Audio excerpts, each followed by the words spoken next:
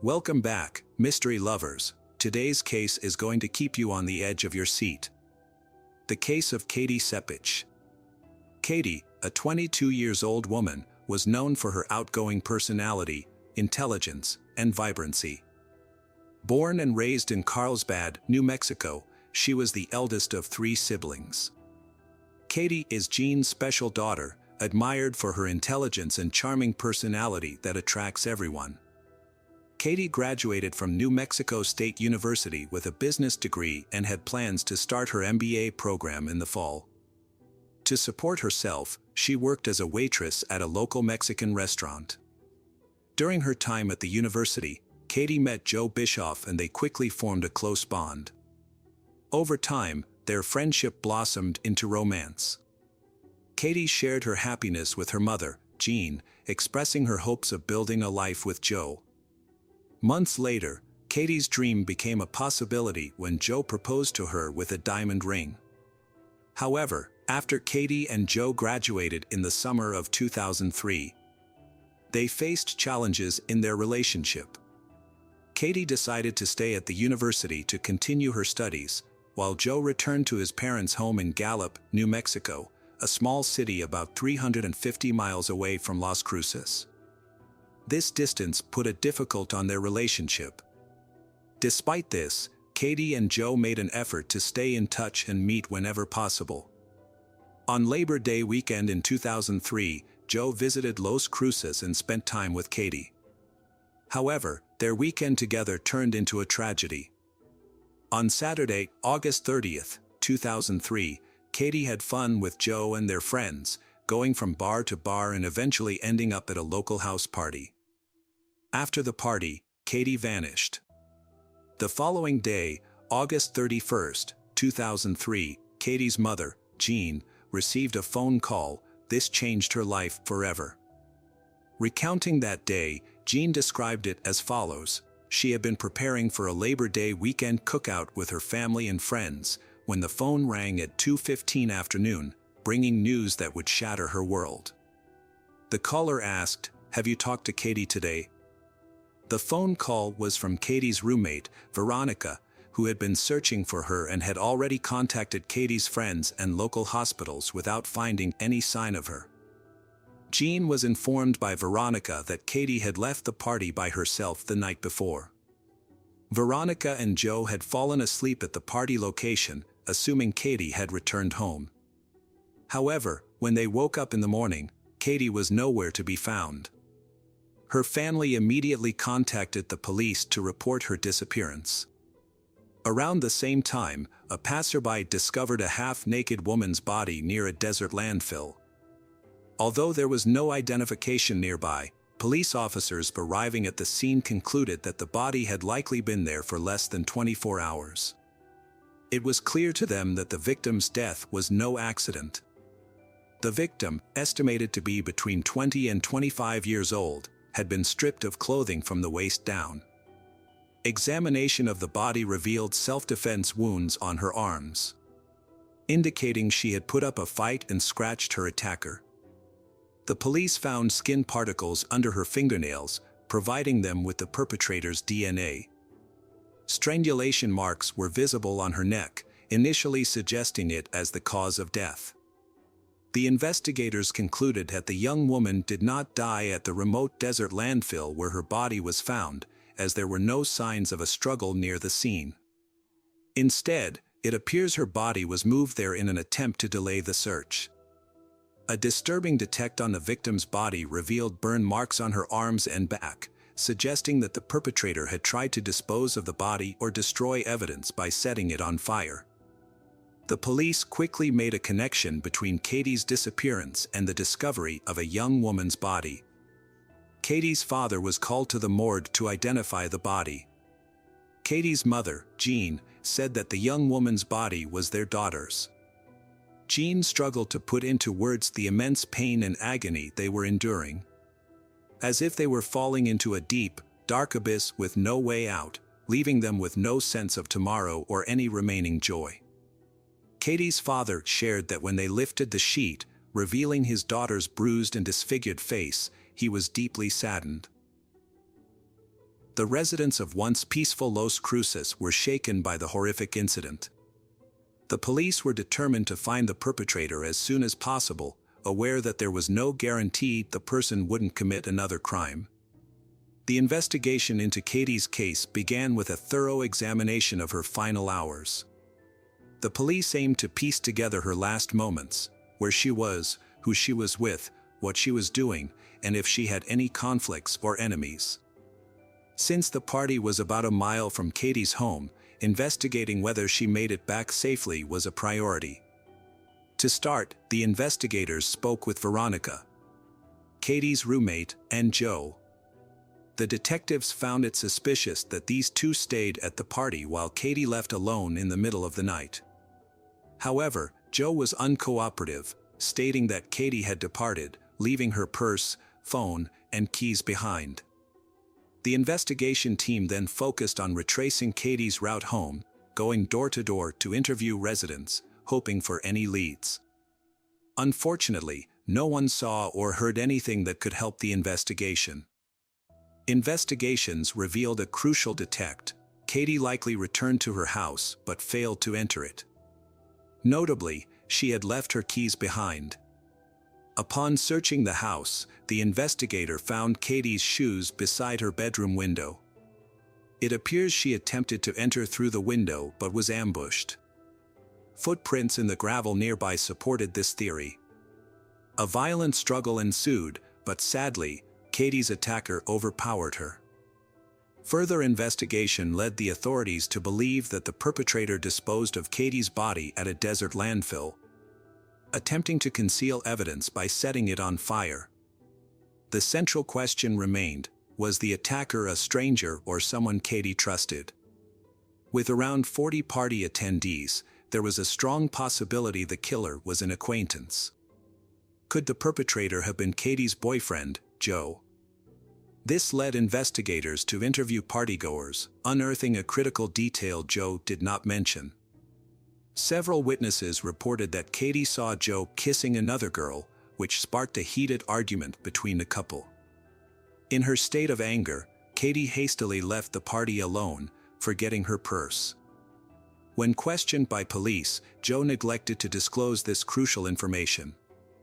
He also did not inform Katie's parents about the incident, despite their curiosity about why Katie had left the party by herself. The investigators questioned Joe again about his whereabouts on the night of Katie's murder. They had discovered that he and Katie had a fight earlier that evening after she saw him kissing another girl.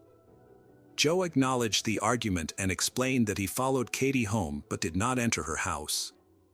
He claimed he saw her bedroom light was off and assumed she was asleep, so he returned to the party.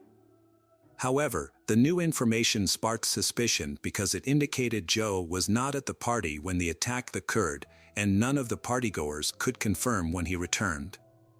During further interviews with party attendees, investigators found another peculiar detail.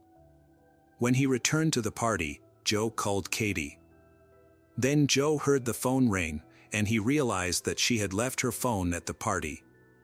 Despite this, Joe continued to phone her until morning. Was he trying to create an alibi or pretend to be concerned about Katie's well-being? Investigators asked Joe to clarify his actions, but he refused to cooperate with them any. Katie loved Joe very much, but he didn't even come to her funeral, which aroused even greater suspicion. Investigators decided to test his DNA. They had collected DNA evidence from Katie's body, mostly under her fingernails, where they found human skin cells. The sample's DNA all belonged to one person. The police needed to compare his DNA to the DNA found on Katie's body. But there were problems with that. Joe was out of town, and his lawyer informed the investigators that Joe refused to provide a DNA sample. The police suspected that Joe was involved in Katie's death, given his suspicious behavior. To confirm that, they needed to find a legitimate way to obtain Joe DNA. However, this took time, and in the meantime, they searched other possible explanations. They investigated similar cases to determine if Katie was the victim of a serial offender. The DNA found on her body was matched against a national database, but no matches were found. The investigators decided to revisit the party where Katie was last seen. They identified the male attendees and asked for their DNA samples, which they all willingly provided. However, none of their DNA matched the samples found on Katie's body, leading the investigators to focus on Joe again. Notably, Joe was the only person who had refused to provide a DNA sample, but the investigators found an alternative method to obtain Joe's DNA sample. Katie and Joe spent time in her bedroom before attending the party, engaging in intimate contact. The police visited Katie's house and collected the bed sheet, hoping to find Joe's DNA. Their efforts were successful, and the lab discovered a sample of male DNA on the sheet.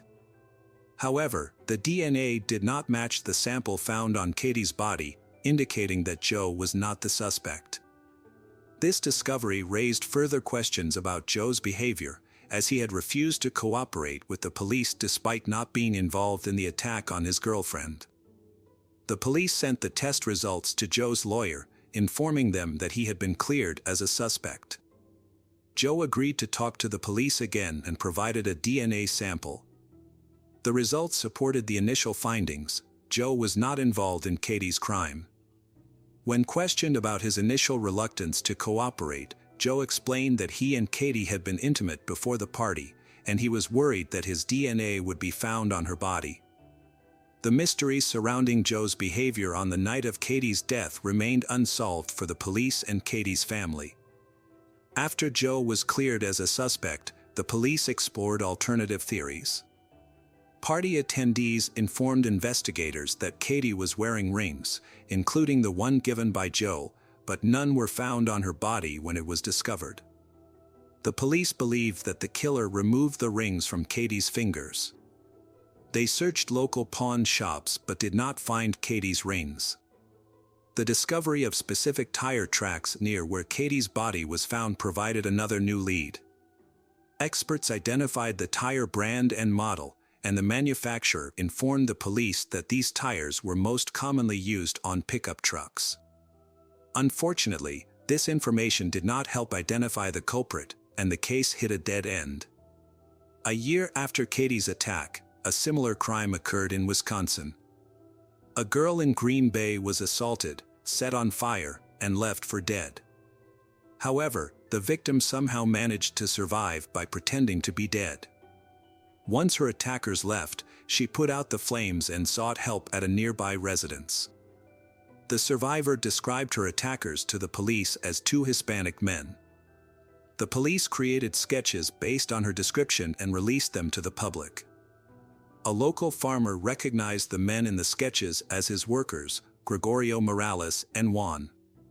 One of them had relatives in Los Cruces, and he often visited them. Both men were arrested. As a result, the police were able to apprehend both suspects.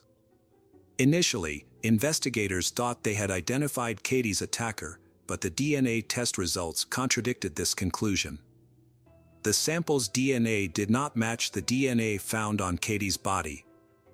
Although Gregorio Morales and Juan were later convicted of assaulting the girl in Green Bay, they were not linked to Katie's case. Gregorio Morales and Juan were sentenced to 50 and 70 years in prison, respectively. The only leads the police had to go on were the tire tracks from the crime scene and the DNA samples of the perpetrator. Katie's family was hopeful that these DNA samples would allow the police to identify the person who took their daughter's life. Unfortunately, there were complications with the DNA evidence. At that time, police were not mandated to collect DNA samples from individuals when they were arrested. Katie's mother was shocked and devastated by the loss of her daughter to a violent man. The family's main concern is to find out the identity of the perpetrator, understand the motive behind this terrible crime, and most importantly, that the killer is held accountable and no longer poses a threat to others. The lead detective gives an update on the case, saying that aside from DNA evidence, they currently lack concrete other leads to investigate further. Katie had fought hard for her life, which resulted in her killer's blood and skin being found under her fingernails. This had allowed investigators to create a DNA profile. Detectives uploaded the DNA into CODIS, the National Forensic Database, and then checked it against the offender database on a weekly basis to see if there was a match.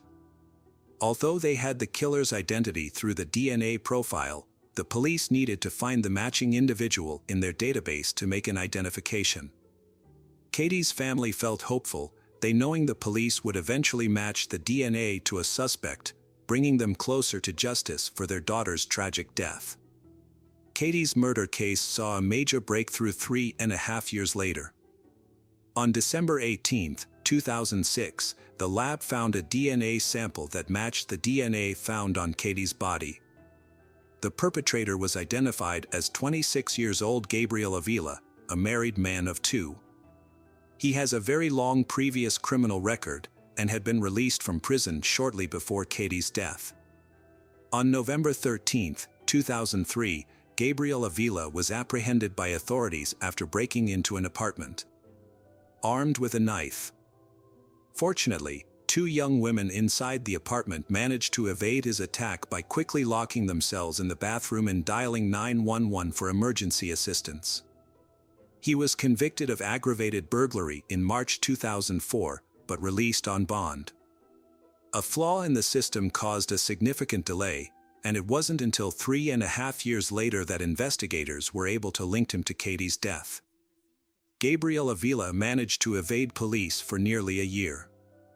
Then, he being apprehended in November 2004, based on a tip. He received a 9-year prison sentence. While in prison, Gabriel Avila provided a DNA sample, but it took 2 more years to be tested. Once the results showed a partial match with the DNA from Katie's crime scene, investigators quickly jumped into action. They found the truck Gabriel Avila used to dispose of Katie's body and discovered a ring belonging to her in the center console. In 2006, after finding a ring belonging to Katie in Gabriel Avila truck, detectives investigating Katie's case visited his in prison.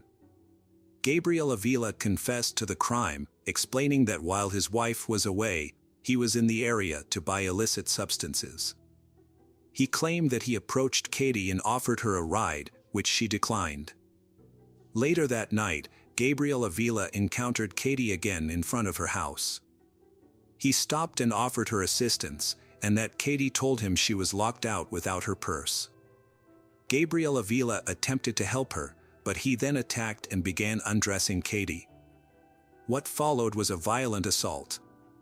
After the assault, Gabriel Avila panicked and decided to strangle Katie out of fear that she would identify him. Despite Katie putting up a brief struggle, Gabriel Avila restrained her, unable to let go, ultimately leading to her death. Gabriel Avila claimed he put Katie in his pickup truck and drove her to a desert landfill, where he left her body on the ground.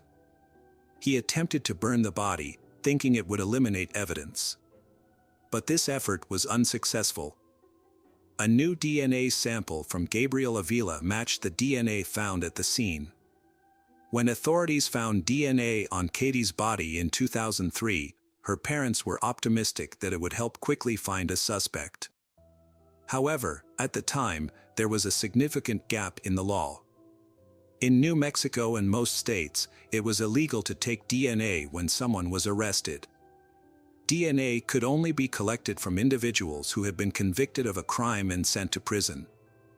This meant that the DNA on Katie's body couldn't initially be matched. The trial of Gabriel Avila, who was accused of the crime, began in 2017. Gabriel Avila apologized to Katie's family during the trial. His lawyer asked the judge to consider showing leniency, emphasizing that Gabriel Avila was genuinely remorseful for his actions. In contrast, District Attorney Susana Martinez countered that it took Gabriel Avila more than 3 years to confess to the crimes, and he only did so after detectives presented him with DNA evidence. At the sentencing, David, Katie's father, pleaded with the judge to hand down a severe punishment. He stressed that because Katie would never have another opportunity in life, it was only fair that her killer should not be given a chance to be free again. In May 2007, Gabriel Avila was found guilty and sentenced to 69 years in prison. After serving 30 years, he will be eligible for parole around 2043. Welcome back, detectives. Let's dive into another horrible case. The case of Autumn Taggart. In 2018, Autumn Taggart was a single mother living in Windsor, a city near the US-Canada border. She resided about a mile from the border that separates Michigan, USA, from Ontario, Canada, with her 9-year-old son, Gavin. On Saturday, June 9, 2018, Autumn, Gavin, and Chris Sherwin, Gavin's father and his Autumn's ex-husband, spent the afternoon together. Despite their breakup, Autumn and Chris had remained on friendly terms, prioritizing their co-parenting of Gavin to minimize the negative effects of their divorce. By the late afternoon, they went grocery shopping together. Afterward, Chris drove Autumn and Gavin to the building where they lived on the 3rd floor. After saying goodbye, Chris returned home. Before bed, Gavin played video games with his mother. He had no idea later that night would turn into a terrifying nightmare. Later that night, while it was still dark, Gavin woke up to a strange noise. He opened his eyes to find an unfamiliar man standing next to his bed. The stranger instructed Gavin to close his eyes and go back to sleep. Then he left Gavin's room. Gavin heard his mother scream a minute later, and the sound sent a chill down his spine, filling him with a sense of dread. A few minutes passed, and eerie silence filled the air. His mother's screams had stopped, and he eventually drifted off to sleep. In the morning, Gavin got out of bed and rushed to his mom's room. The room was in disarray, with everything smashed and destroyed. His mom, Autumn, was lying motionless on the bed. At first, Gavin thought his mother was just sleeping, but the blood on her nose made it clear something was seriously wrong.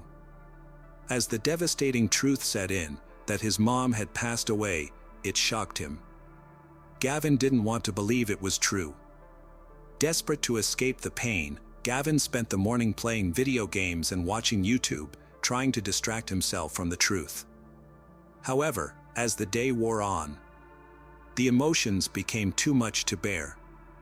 In the afternoon, Gavin broke down in tears and knew he had to tell someone what had happened. Gathering his courage, Gavin went back to his mom's room, grabbed her phone, and texted his dad, Chris, on Messenger. With shaking hands, he typed out a message, telling his dad that Autumn wouldn't wake up. As soon as Chris received the message, he and his girlfriend rushed to Gavin's house. After parking, Chris exited his car and saw his son standing behind a sliding glass door on the 3rd floor of the building. Since Chris didn't have an electronic key to enter, Gavin came downstairs to let him in. Chris then asked his son to stay with his girlfriend while he checked on Autumn, who was not waking up. Upon entering the apartment and bedroom, Chris found Autumn pale and bruised, with a bloody nose. He immediately called 911, and the police and ambulance responded to the scene. However, the paramedics declared Autumn dead due to the severity of her injuries and evidence of a struggle in the bedroom, ruling out the possibility of an accident. As investigators searched the apartment for evidence, a specialist interviewed Gavin to gather more information. The boy revealed that a stranger had entered their house and told him to go back to sleep. He reported hearing his mother's screams, which eventually stopped. Gavin also described the man he saw in his room, recalling that the man was of average height, white, and had disheveled hair, appearing as though he had just woken up. The boy's testimony described the suspect as skinny but not extremely so. A forensic examination after Autumn's death concluded she died from strangulation, with visible signs of a prior beating and genital injuries. Male DNA was also found on Autumn's body. The police investigated to answer 3 main questions. How did the perpetrator gain entry to the apartment? What was the motive behind the crime? And most crucially, the identity of the suspect. The police quickly ruled out the possibility that the killer was a tenant in the building. Since Gavin was familiar with all his neighbors, and the man he saw on the night of the crime was a stranger to him, this led them to look elsewhere for a suspect. To enter Autumn's apartment, the perpetrator needed more than just an electronic key to the building. However, there were no signs of forced entry on the door leading to the apartment. This initially led investigators to consider two possibilities. Autumn might have let the perpetrator in herself or forgotten to lock the door. Investigations later revealed that neither assumption was correct. The perpetrator had instead climbed to the third floor, starting from the balcony on the second floor, then accessing the apartment Autumn's as the door was open. Along with a DNA sample, the police found fingerprints at the scene and sought to identify the owner. It was 12 days after the body was discovered that the police released the victim's identity in hopes of gathering tips from the public. Anyone with potential information about the case was asked to contact detectives. On the night of the crime, a witness reported seeing a new black SUV, believed to be a Honda Pilot, in the parking lot next to the building. The SUV was present until around 6 a.m. Detectives suspected that the SUV's owner might be connected to Autumn's death, speculating that the perpetrator could have used the vehicle's roof as a stepping point to access the balcony. This building had distinctive protrusions at its corners that could have aided the perpetrator in climbing from the second floor to the third. During their investigation, police analyzed mobile phone activity around Autumn's residence on the night of the incident. The nighttime occurrence actually simplified their task, as most people were asleep, resulting in fewer active phone numbers in the area. Detectives discovered that one of the phone numbers belonged to Autumn's neighbor, Michelle. Although Michelle lived in the same building as Autumn, she said in an interview with police that she knew nothing. However, phone records showed that not only was Michelle on the phone while in her apartment, but she also traveled throughout the city multiple times. Additionally, she had turned off her phone around the time of the incident. While the phone's location indicated she was either in or near her apartment at the time, the exact location was difficult to pinpoint due to the inherent margin of error in location tracking. Detectives went back to question Michelle again, sensing she was hiding something about the case. At first, she denied knowing or hearing anything, but when police warned her that withholding information could make her an accomplice, she opened up. Michelle revealed that around 2 a.m., a man named Jitesh Bogle contacted her and her boyfriend, seeking to buy an illicit substance and was interested in hiring an escort girl. Michelle and her boyfriend agreed to meet Jitesh. They first stopped at an ATM, where Jitesh withdrew cash. Then, Jitesh purchased some of the substance from Michelle and her boyfriend, who were its dealers. However, Jitesh asked them to sell him more. Michelle instructed Jitesh to drive to the parking lot near her building. Once they arrived at the building, the three of them took illicit substances. Then, Michelle and her boyfriend decided to steal the remaining drugs and escape, leaving Jitesh behind. Remarkably, before running away, Michelle hid a bag of this addictive substance in her genital area. Although the details of how she did this are not provided, it is an important fact that will become relevant later. According to Michelle, she and her boyfriend grabbed the substance and some of Jitesh's cash and ran to the building's entrance. They then entered their apartment and locked themselves in, remaining quiet and keeping the lights off. Since Jitesh didn't have an electronic key, he was unable to enter the building. He also refrained from shouting or honking his car horn, fearing someone would alert the police. From their apartment window, Michelle and her boyfriend observed shoe marks on the roof of Jitesh's car. Jitesh drove away around 6 a.m. Investigators hypothesized that Jitesh had attempted to sneak into the building to retrieve the stolen substance and money. However, not knowing Michelle's apartment, he likely entered Autumn's apartment by mistake. The police now have the phone number and photo of suspect Jitesh. The image was captured from a bank security camera, where Jitesh had withdrawn cash to purchase the substance, and an ATM camera also took his picture. After verifying the phone number, investigators discovered that he was a 27-year-old Canadian citizen. He worked as a car development engineer in Warren, Michigan, and owned a black Honda Pilot SUV. Initially, Jitesh regularly commuted to Windsor, Canada, by crossing the river via bridge or tunnel. However, authorities tracked his movements, revealing he had left Canada on the morning of June 10, the day Autumn died, and he has not returned to the country since. Following the release of information about a black SUV at Autumn's house, Jitesh sold his vehicle. The Canadian police collaborated with their American counterparts, learning that Jitesh planned to relocate from Michigan to Washington State, where his parents resided in Kent. After relinquishing his job and left Canada, Jitesh's actions raised suspicions. Nevertheless, the police required concrete evidence to make an arrest and facilitate his extradition to Canada. To investigate Autumn's death, the Windsor police sought assistance from the U.S. National Security Agency to track Jitesh's movements. A DNA sample found on Autumn's body likely belonged to the suspect, Jitesh, but a confirmed match was needed. Jitesh, attempting to evade detection, made several attempts to disguise himself. He shaved his beard and wore blue contact lenses to alter his appearance. However, Jitesh eventually made a mistake. During a visit to a bar in Warren, he left behind a used glass, which U.S. agents seized to obtain his DNA.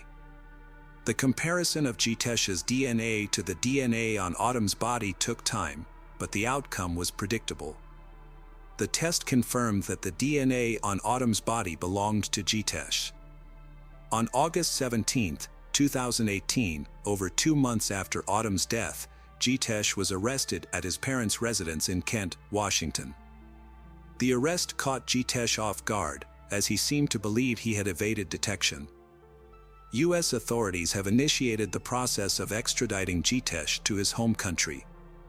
In the extradition documents, the prosecutor stated that Jitesh is a threat to society, at risk of fleeing, and unpredictable. Following this development, Canadian police charged Jitesh with the murder of Autumn Taggart. Due to national restrictions, it was not until November 2021 that Jitesh's trial took place. The trial was held across 3 separate courtrooms. In the main courtroom were the judge, the prosecutor, the jury, Jitesh, and Jitesh's defense team, all present for the proceedings. 2 additional courtrooms were equipped with large screens to broadcast the trial to Autumn's family members and other attendees. During the trial, Jitesh pleaded not guilty to the first-degree murder charge. He claimed that Autumn's death was accidental. According to Jitesh, on the night in question, Michelle and her boyfriend stole money and an illicit substance from him. The incident upset Jitesh, prompting him to exit his vehicle and pursue Michelle. However, due to his intoxication from consuming a substantial amount of alcohol and substances, Jitesh's memory of that night's incident is very limited. He recalled entering Autumn's apartment after climbing onto the balcony. However, he claimed he mistook her for Michelle, someone he believed had previously robbed him, on he finding Autumn asleep in her bed. Autumn woke up and screamed, but Jitesh immediately ordered her to be quiet. However, she continued to scream, and in an attempt to silence her, he covered her mouth with his hand. Unfortunately, this action caused Autumn to suffocate. Jitesh later claimed that he did not realize he had caused Autumn death until her screaming stopped. He attempted to revive her with CPR, but it was unsuccessful. Additionally, Jitesh did not recall how Autumn sustained genital injuries or how he left her apartment. His lawyers argued that the crime was not premeditated, citing Jitesh's extreme intoxication and inability to control his actions as the reason. According to them, his actions, including covering Autumn's mouth to silence her, were not a deliberate to take her life. According to defense attorney Peter Thorning, Jitesh was too drunk to fully understand the consequences of his actions. Peter emphasized that Jitesh's behavior could be attributed to his intoxication, and that the tragic outcome was unintentional, stating, "Sometimes terrible things happen without us intending the result, and that is what happened in this case." The lawyers pointed out a crucial aspect of the case. There was no evidence that Jitesh had engaged in intercourse with Autumn. This detail is significant, as it could impact Jitesh's sentence. Although Jitesh's DNA was found on Autumn's body, it was not seminal fluid. The lawyers argued that the appearance Jitesh's DNA could be the result of cross-contamination, where DNA is transferred from one surface to another. This could have occurred through the gloves of a forensic expert, for example. Jitesh's lawyers attempted to prove that John Lort, who worked in the forensic unit during the investigation, mishandled evidence and accidentally transferred their Jitesh's DNA to Autumn's body. John Lort's responsibilities included photographing the crime scene and collecting evidence that came into direct contact with Autumn. The defense lawyer, Peter Thorning, suggested that John Lort may have caused cross-contamination by rotating the body on the bed sheet, which was seized as evidence. This action could have resulted in the transfer of DNA or fluids between the body and the sheet. During cross-examination, John Lort testified. Peter Thorning asked John Lort if he had received proper training to work as a forensic identification expert. John Lort replied that he had taken precautions to prevent cross-contamination by changing gloves between handling each piece of evidence and using his camera to take photographs. John Lort searched Autumn's room for fluids such as urine, saliva, and semen. The reason for this search is that the likelihood of a sexual assault is higher when the victim is female. During the trial, John Lort testified that he found no indication of a sexual assault based on his search for fluids. John Lort stated in court that his investigation did not reveal any signs of a sexual assault on or around Autumn's body. He also did not find any evidence of a struggle. According to John Lort, a typical struggle usually leaves behind signs such as forced entry, tampered locks, or blood spatter, but none of these indicators were found at the crime scene. In contrast, the prosecutor offered a different perspective. Referencing a past instance where Michelle hid a substance in her genital area, the prosecutor suggested that the defendant knew about this and searched Autumn's body in the same area. He claimed that even though Jitesh used his hand, the act was still a form of assault. The prosecutor expressed strong disapproval of Jitesh's actions. During questioning by the prosecutor, Jitesh was asked why he did not immediately call 911 when Autumn stopped breathing. Jitesh responded, he disagreed, although the context of this response is unclear.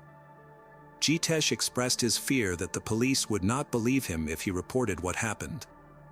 During his testimony, Jitesh admitted that he had limited recollection of the incident that transpired in Autumn's room.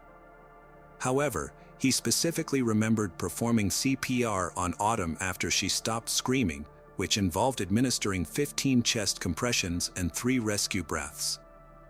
The prosecutor questioned Jitesh's claim that the strangulation of Autumn was accidental. The prosecutor argued that if the defendant's intention was simply to silence Autumn, he could have achieved this by covering her mouth, rather than also closing her nose. This deliberate action, the prosecutor suggested, indicates that the defendant understood the consequences of his actions. Autumn's son, Gavin, also provided testimony during the trial. Gavin's testimony was given in a separate room from the main courtroom, accompanied by a support worker. Gavin said someone came into his room and spoke to him, but he doesn't remember what they said. The person stood close to him, but they didn't touch him. After they left, Gavin heard his mother screaming in the distance. This part of the experience felt like a dream, but eventually it stopped and he fell asleep again. And he woke up in the morning. The next morning, Gavin went to his mother's room and found it in disarray. Everything was knocked over, broken, or destroyed. At first, he thought his mother was just sleeping, but then Gavin noticed blood on her nose and realized that she was actually dead. He was in shock and couldn't process what he was seeing. Despite feeling overwhelmed, Gavin tried to cope with the situation by carrying on with his day as usual. Gavin recalls spending part of that day playing games and watching YouTube videos. It wasn't until later in the day, June 10, 2018, that he finally mustered the courage to send a message to his father using his mother's phone. He couldn't keep what had happened to myself any longer and needed to tell someone. Chris Sherwin, Autumn Taggart's ex-husband and the father of Gavin, testified about his last contact with her. He received a text message from her around 12:30 a.m. on June 10th. When he sent another text message the next morning, there was no response. This is when he began to worry. Later, he received a text message from Autumn's phone, which turned out to be from their son. A copy of these text messages was presented in court for the jury to examine. On December 1, 2021, a 12-member jury found Jitesh Bogle of first-degree murder, but they did not find sufficient evidence that he had intercourse with Autumn. On January 5, 2022, the court sentenced Jitesh Bogle to life in prison with the possibility of parole after 25 years. Jitesh appeared in jail via video, dressed in an orange jumpsuit and wearing a black mask. He sat with his back against a wall, away from the camera. When the judge asked if he wanted to say anything, he expressed his feelings of sorrow and remorse. Jitesh said, he find it difficult to put into words the sorrow and remorse he feel. Hi everyone, thanks for returning. Let's unravel another perplexing mystery. The case of Jaden Parkinson. Jaden Parkinson, born on September 26, 1996 in Folkestone, United Kingdom, Jaden is the youngest of 3 children. Her parents had a strained relationship. Family problems led to her parents' divorce when Jaden was only 7 years old. Jaden lives with her father. Although Jaden lives with her father, the relationship with her mother Samantha Shuri remains strong. Jaden and her mother talk on the phone every night. As Jaden entered her teenage years, her life became increasingly unstable. Her father often ignored her, she began smoking and drinking, and spent time living with both parents. At the age of 13, Jaden ran away from her father's house and moved in with her mother, eventually winning a court order allowing her to stay there. Jaden was in a relationship with Ben Blakely, whom she met at the age of 14. Blakely had a profound influence on her, gradually changing her over time. Jaden was 15 when she started dating Ben, 20. The significant age gap worried Jaden's mother, but she couldn't stop her daughter from falling in love. Initially, their relationship was loving and romantic, but it gradually deteriorated over time. And their relationship became increasingly strained. Ben controlled every aspect of Jaden's life. She stopped wearing makeup and became increasingly withdrawn. He dictated what clothes she wore and isolated her from family and friends. As a result, Jaden moved out of her mother's house and into a shelter for women who were victims of domestic violence. Although the shelter's rules forbade Ben from visiting, he continued to exert complete control over Jaden's life. Jaden and Ben frequently had arguments, and at one point, Jaden even warned the hostel staff about Ben's aggressive behavior towards her. Ben exerted significant control over Jaden, dictating her every move and restricting her freedom. He took away her mobile phone, convincing her that she didn't need anything else as long as she had him.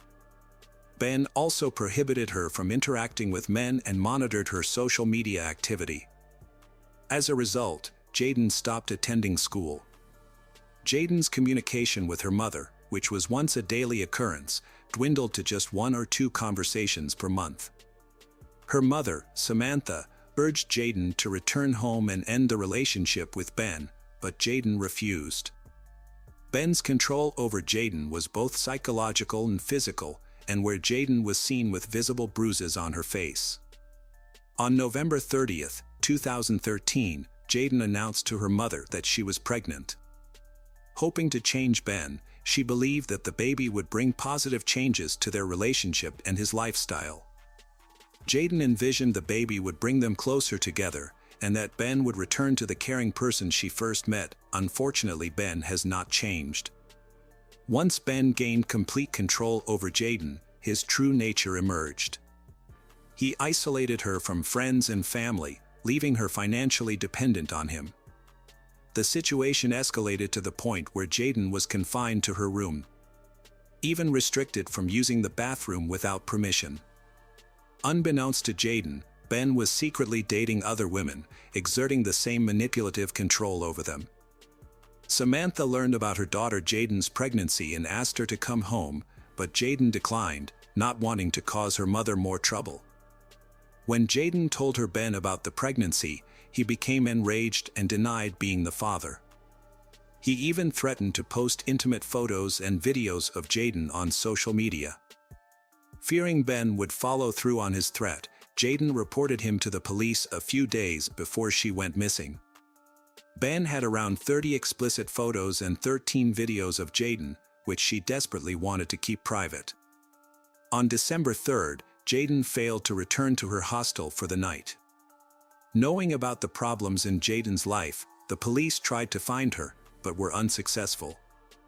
They contacted Jaden's mother Samantha by phone, but she did not know where Jaden was. On December 4, 2013, police received a report that Jaden was missing. Police contacted Jaden's boyfriend, Ben, to see if he had any information about her disappearance. However, Ben was uncooperative and hung up several times, claiming that he did not know where Jaden was, Jaden having run away from home several times before, so her initial disappearance didn't raise immediate concerns. The next day, Ben was arrested and taken to the police station, but not in connection with Jaden's disappearance. The arrest was due to a report that Jaden had filed a few days earlier, stating that she feared Ben would post private photos of her online.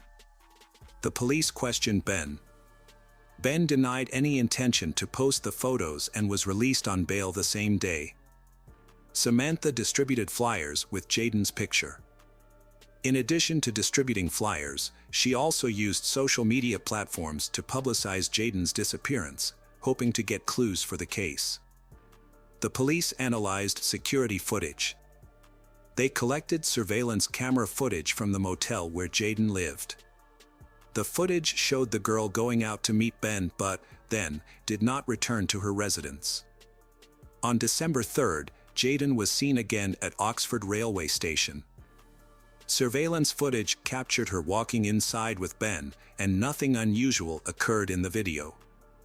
After tracking their movements, police discovered that Ben and Jaden had taken the train to Didcot, a town about 10 miles from Oxford. Jaden's last known location was the railway station in Didcot, where the footage showed her and Ben leaving the building. In the past, whenever Jaden ran away, she would usually contact her family within a day or two to let them know she was safe. This time, however, was different. Jaden had not contacted her family or friends, and there was no activity on her social media accounts. After reviewing surveillance camera footage showing Jaden boarding the train with Ben, he became the prime suspect in her disappearance. Police were certain that Ben knew where Jaden was and what had happened to her. The footage revealed that Ben returned to the train station alone, and there was no further sighting of Jaden. 1 week later, on December 10, 2013, Ben Blakely was arrested by the police.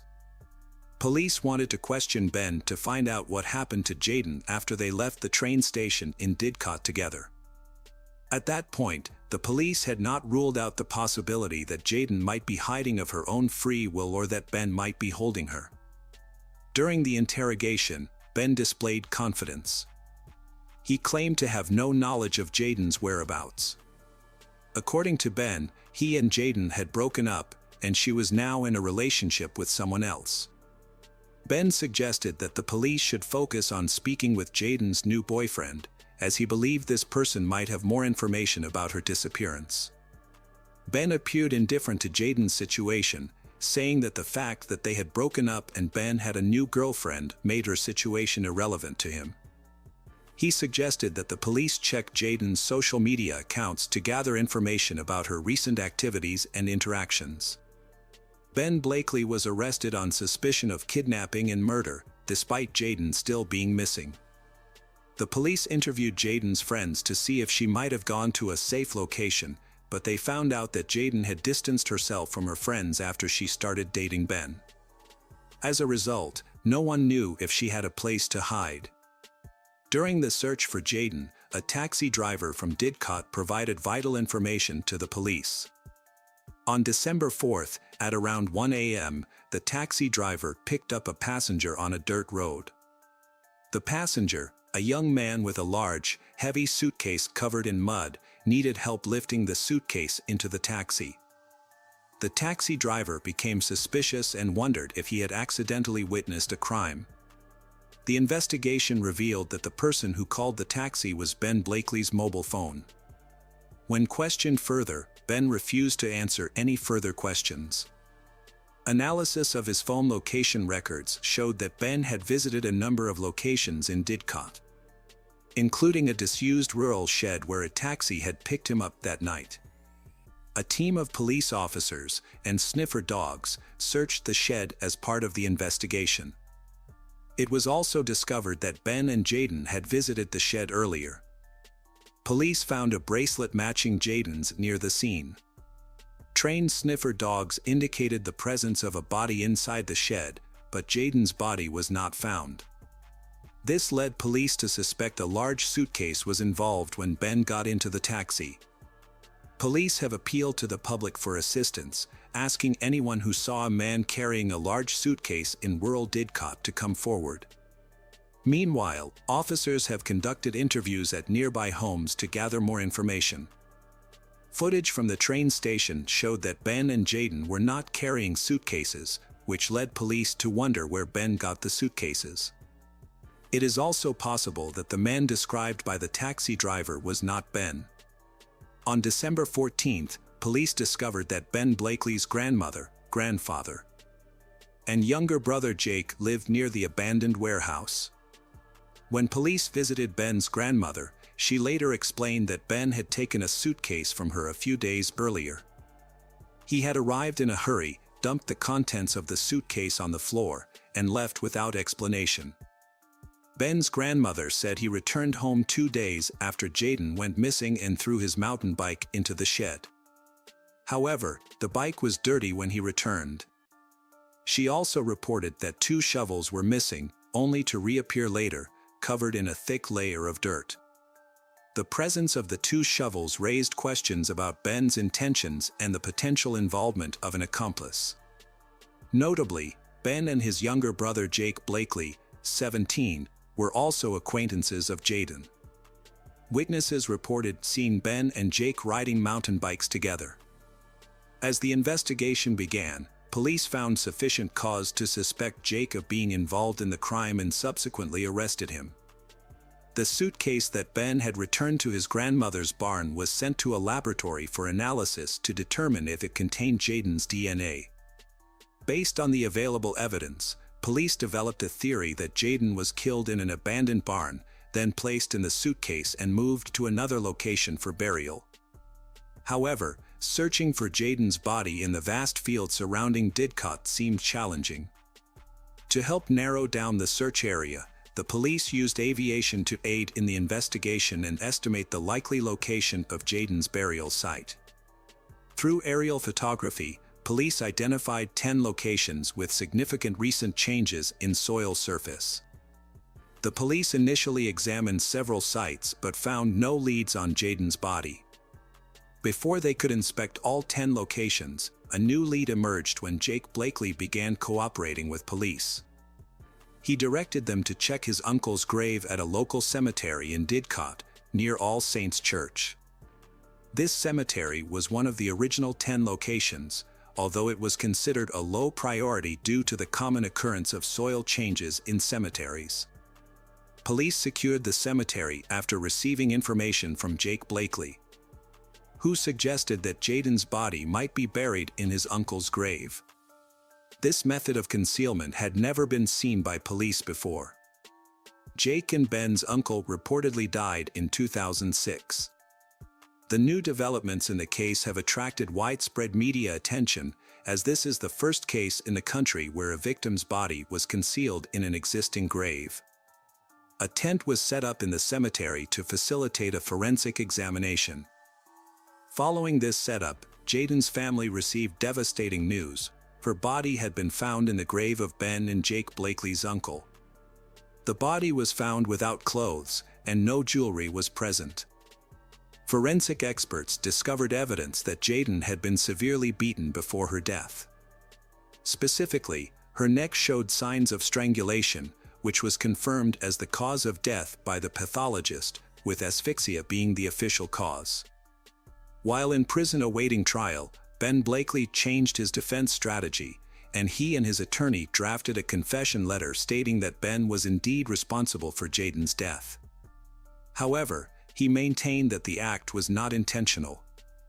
According to his testimony, a heated argument led him to push Jaden, causing her to fall from a bridge near an abandoned warehouse. Ben tried to revive Jaden but was unsuccessful. He initially buried her in another location. He then moved the body to the cemetery, where it was buried in his uncle's grave. However, the autopsy results contradicted his story. There was no evidence that she had fallen, but instead, her face showed signs of blunt force trauma. The official cause of death was asphyxiation by strangulation, suggesting that Ben's story was not true. Ben Blakely was trying to reduce his guilt in Jaden's death. Jaden's father passed away due to heart problems before the trial started. On June 23, 2014, Ben Blakely was in court, and it became clear that he showed no regret for his actions. His behavior was provocative and aggressive, revealing his indifference to taking the life of Jaden and her unborn child. During the 4-week trial, it was revealed that Ben Blakely from Reading, Berks, had a history of being a violent and controlling partner. 3 of his previous girlfriends testified against him, sharing their experiences of being in abusive relationships with him. They reported that he would confiscate their phones, physical assault them, and even grab them by the throat if they responded back or if he suspected them of cheating. Throughout the trial, Ben received multiple warnings from the judge for using profanity in the dock and on the witness stand, where he repeatedly shouted at the prosecutor, Richard Leam. His outbursts were so intense that Jaden's mother and other family members were forced to leave the courtroom in tears on multiple occasions. The judge, Patrick Eccles, was also pushed to his limits. He ordered Ben Blakely to be taken to the cells to continue the trial without him. Jake Blakely, who was under 18 at the time, said he had no idea what was inside the suitcase and thought he was burying weapons or dead animals. He was persuaded by his brother, Ben, who promised him an Xbox console and $100 in exchange for carrying out the mission. The prosecutor alleged that the crime was premeditated, suggesting that Ben Blakely intentionally took Jaden to a secluded location where he could commit the crime without being seen. It is believed that Blakely's actions were driven by a desire to control Jaden's life, which was disrupted by her pregnancy and her desire to start anew. Ben Blakely, who did not want to become a father. Jaden's mother, Samantha Shrewsbury, has spoken out in support of creating a domestic violence registry. In an interview with Sky News, she expressed her desire to prevent other families from experiencing similar tragedies. She recalled the traumatic experience of identifying her daughter's body and stated that the memory would haunt her forever. In the year leading up to Jaden's death, Samantha believed that Jaden was the target of Ben's abuse. Samantha remembers an incident where Ben came to Samantha's apartment building the day after he verbally and physically abused Jaden. He managed to enter the building and banged on the door, demanding to see Jaden. Samantha refused to let him in, and in response, he spat on Samantha before leaving. That same day, Jaden went outside to smoke, and unfortunately, Ben found her. Samantha did not see or hear from Jaden for the next 2 weeks. During that time, Samantha assumed that Jaden had gone to Ben's house. As a result, it became difficult to contact Jayden because Ben had destroyed her phone or SIM card. Despite his horrific behavior, which included burning, beating, and starving Jayden, Ben remained in denial about his true nature. The jury deliberated for 20 hours before returning their verdict. Ben Blakely was found guilty of willfully murdering Jayden Parkinson. The judge told Ben Blakely that he took 17-year-old Jayden Parkinson to a remote area near Upton, where he strangled her to death. The judge also noted that Ben's behavior towards Jayden was marked by irrational jealousy, physical abuse, and emotional manipulation throughout their relationship. The judge found that Ben Blakely had taken control of Jayden's daily life. To isolate her, he took away her phone and restricted her movements while she was in the boarding house, even to the point of not allowing her to use the toilet, forcing her to urinate in plastic bottles. Despite Ben's abusive behavior, Jayden fought to leave him. Jayden finally found the courage to end their relationship last November. Ben threatened to share intimate photos of the two of them publicly. The court sentenced Ben Blakely, who was sentenced to life in prison for attempted murder. Ben's younger brother, Jake Blakely, was sentenced to 3 years in prison for perverting the course of justice. Hello friends, welcome to our channel. Today we're going to take a look at another horrible case with you. The case of Sarah Stern. Sarah Elizabeth Stern was born on March 24, 1997, in Neptune City, New Jersey, to Michael and Susan Stern. As their only child, Sarah received all their love and attention due to her mother's health issues, which made it impossible for her to have more children. Sarah grew up to be an outgoing, cheerful, and energetic kid. She was actively involved in school theater, photography, drawing, and sports, competing in swimming and softball. Her dream was to become an artist or designer, and she planned to attend a local college for arts. Tragedy struck in 2013 when Sarah's mother, Susan, passed away after a long battle with cancer. This devastating loss sent Sarah into depression, but she tried to support her grieving father, Michael, with whom she lived. They found comfort in their dog, Buddy, whom Sarah adored. Sarah's life was finally taking a turn for the better. After graduating from college, she planned to apply to a prestigious university in New York. Before that, she had always dreamed of traveling the world, with Canada being her top destination. She even considered living there for a while. Meanwhile, Michael Stern frequently traveled out of state for work, sometimes for weeks at a time. But he never worried about leaving his daughter Sarah alone at home because she was a responsible and independent young adult. And their town was known for being quiet and safe. However, during one of Michael's business trips in December 2016, trouble arose. On the night of December 3rd, around 2:30 a.m., a taxi driver called the police station to report an abandoned car on the Belmar Bridge along Highway 35. The area was deserted and rarely visited at night, making the empty vehicle immediately suspicious. The taxi driver, who was taking a shortcut home over the old bridge, had stopped to check if anyone needed help when he saw the car parked by the side of the road.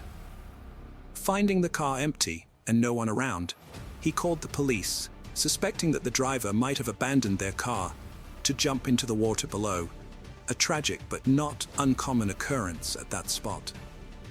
The police found an abandoned silver sedan on a bridge with the keys still in the ignition, but no signs of blood or struggle. They suspected that the owner might have gone there to commit suicide by jumping into the river. After checking the car's ownership, they found it belonged to 85-year-old Lily Stern, who lived in the same town. When the officers visited Lily, they found her alive and well. She told them that she hadn't driven for years due to poor eyesight, and that her 19-year-old granddaughter Sarah used the car. Lily tried to call Sarah, but her phone was turned off. Lily then gave the officers her son's address, where Sarah lived, and mentioned that her father was away on a work trip. When the police went to the house, they found the back door open, which was concerning. After searching the house, they didn't find anything suspicious, except for a locked-in dog whining in one of the bedrooms. The house was in order, with no signs of struggle, blood, or evidence of an intruder. However, Sarah was nowhere to be found. Michael Stern rushed home on the first available flight after learning about the situation. When he arrived, the homeowner informed him that nothing was out of place or missing, including all of Sarah's personal belongings, such as her passport, driver's license, and mobile phone, which she always carried with her. The police shared their initial theory with Michael, suggesting that Sarah might have gone to the bridge intending to jump, and asked if he had noticed any signs of suicidal thoughts or self-harm attempts. Michael admitted that Sarah had struggled with depression after her mother's passing, but with support from family, friends, and her studies, she had recovered. She had ambitious plans for her future, including becoming a designer and traveling the world. Despite this, on the night of December 3rd, Sarah disappeared from her home, and her car was found abandoned on the bridge just hours later. These were the known facts, and the investigation now needed to focus on identifying who Sarah had been in contact with that day, what conversations she had, and who was the last person to see her. After Sarah Stern's disappearance, early witnesses came forward to reveal that she had spent most of December 2nd with her childhood friend, Liam McAtasney. As the last person to see her, Liam had valuable information that could help solve the mysterious case. The police quickly decided to interview him to gather details and piece together what had happened that day. When the police arrived at Liam's house, they met his mother, who told them that her son was sleeping after working a night shift. At the officer's request, she woke Liam up, who seemed puzzled by the situation. Upon learning about Sarah's disappearance, Liam was shocked and confirmed that they had indeed spent the previous day together. He agreed to go to the police station to give a statement. Liam and Sarah attended college together and decided to skip their last 2 lectures on Friday morning. After classes, they went back to her place, where they spent the day playing video games, chatting, and discussing their future plans. They left her house twice, once to get food from a nearby fast food restaurant, and again to visit a local supermarket around 7 p.m. Liam then left Sarah's house to start his night shift at a 24-hour store and didn't see her again after that. When questioned about Sarah's mental state, Liam shared that she had been struggling with depression since her mother's death. She was torn between wanting to end her life or running away to start fresh. Liam also revealed that Sarah had difficulty communicating with her father and finding common ground with him. Although Liam didn't rule out the possibility that Sarah might have taken her own life, he mentioned that she had recently considered moving to Canada and had even exchanged some money for Canadian dollars. This was later confirmed when a small amount of Canadian currency was found in her bedside table drawer, although it wasn't enough to cover much. Preston Taylor, a close friend of Sarah's and her prom date, corroborated Liam's statement. He added that Sarah was struggling with depression and speculated that she might have either run away to Canada or jumped off the bridge. By the end of the conversation, Preston was overcome with emotion, expressing his deep affection for Sarah. The idea that Sarah had fled to Canada or elsewhere was quickly ruled out, as she didn't have her passport and couldn't have left the country. Investigators then focused on the possibility that Sarah might have jumped off the bridge, and a massive search effort was launched in the river. The strong current in the area complicated the search, as it could have carried a body far from the bridge. To aid in the search, divers were deployed, specialized equipment was used, and hundreds of volunteers, along with police, scoured the riverbanks for any signs of Sarah or her belongings. Liam and Preston were among the volunteers who actively helped search for Sarah. Unfortunately, the search efforts yielded nothing, and no sign of Sarah was found. As a result, the authorities decided to continue interviewing people who knew Sarah well, which led to the discovery of a strange inconsistency. Sarah's friends and classmates described her as being in great spirits, with none of them aware of any problems she had with her father. In fact, She often spoke about him in a warm and loving way. However, after she disappeared, her friends Liam and Preston seemingly took on the role of grieving relatives, garnering sympathy from many. But their behavior soon raised suspicions, as if they were acting for an audience. Despite only recently becoming close, the police decided to re-question Liam and Preston, noticing that their behavior was odd. During the re-questioning, Liam appeared deeply distressed when asked about his relationship with Sarah and Preston. Liam revealed that the three of them grew up together, attended the same school, and shared their deepest secrets and dreams. Preston had even taken Sarah to the prom, but their relationship was purely platonic.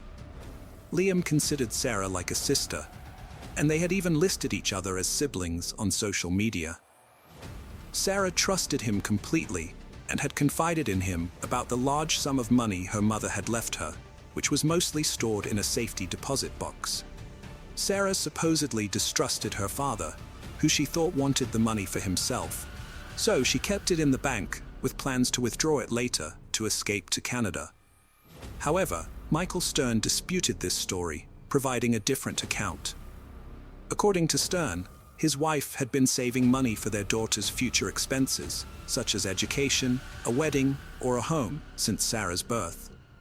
They stored the cash at home in a shoebox, which contained old and worn bills that didn't seem significant at the time. After his wife's passing, Stern gave the box of money to Sarah, advising her to deposit the old and worn bills into the bank. Sarah followed his advice, putting some of the money in her checking account for daily expenses and renting a safety deposit box for the rest. She intended to use the money to fund her university education and travel the world. Michael firmly denied any claim to the money for his own use. The discovery of the missing student's large sum of money led investigators to suspect that someone might have targeted her for financial gain. They decided to investigate her financial transactions, including her safety deposit box and bank records. The investigation revealed that Sarah had withdrawn a substantial amount of money from an ATM just a few days before she disappeared. She also visited her bank to withdraw cash from her safety deposit box. The detectives were surprised to find that Sarah was not alone during her bank visit. Bank surveillance footage showed that Liam accompanied her. This raised new questions, as Liam had failed to mention this visit during previous questioning. When asked about it, Liam hesitated before explaining that Sarah trusted only him and had asked for his accompaniment because she was afraid to carry a large amount of cash home alone. His explanation seemed reasonable, and his behavior appeared natural. A security camera at a house opposite the Stern residence captured footage of the street and neighboring yards. The footage showed that Liam stayed at Sarah's house until 7 p.m., then left for work and didn't return. The silver sedan was seen leaving the garage around 11 p.m. that night. About a month after Sarah's disappearance, an acquaintance named Anthony came to the police station with a disturbing story. Unaware of the events, Anthony had been out of town for several weeks. It turned out that Anthony had been classmates with Sarah, Liam, and Preston, and after graduation, pursued a passion for filmmaking, remaining in touch only with Liam, who shared his interest in cinema. About a month and a half before Sarah disappeared, Liam visited Anthony, and they spent an evening brainstorming ideas for a teenage horror movie. Liam came up with a plot where a girl tells a friend about a large sum of money she has, and the friend gains her trust before strangling her and dumping her body in a river. Anthony liked the idea, and they wrote a couple of pages of the script that night. Anthony later moved on to another project, forgot about the story, and left town to work as a camera assistant on a film shoot. When he returned, Liam unexpectedly called him, asking if the police had questioned him about anything. Anthony was surprised by the question and learned about Sarah's disappearance and the suspicious circumstances surrounding it. He decided to go to the police himself. The authorities instructed Anthony to have an open conversation with Liam and try to get him to confess. To do this, Anthony invited Liam to work on a project that required renting expensive camera equipment, knowing Liam's desire to be in a movie. Liam took the bait and suggested they meet in person to discuss the details. The police installed a hidden camera in Anthony's car and told him to carefully get Liam to confess when they met. When Liam got into the car, he looked around cautiously, then handed Anthony an envelope containing $2,000 in old bills, saying it was for the filming equipment. Anthony asked where Liam got the old money, and Liam hesitated before admitting that it belonged to Sarah, saying that he and Preston had taken it from her house because the dead don't need it. Although Liam didn't provide further details, his admission was enough evidence for the police to arrest him and Preston on suspicion of being accomplices. Preston agreed to cooperate with the authorities and made a deal with the prosecution. He admitted to helping his friend Liam cover up the evidence and dispose of Sarah's body, but claimed he did not participate in the murder itself. According to Preston, Liam had planned to steal Sarah's inheritance as soon as he found out about it.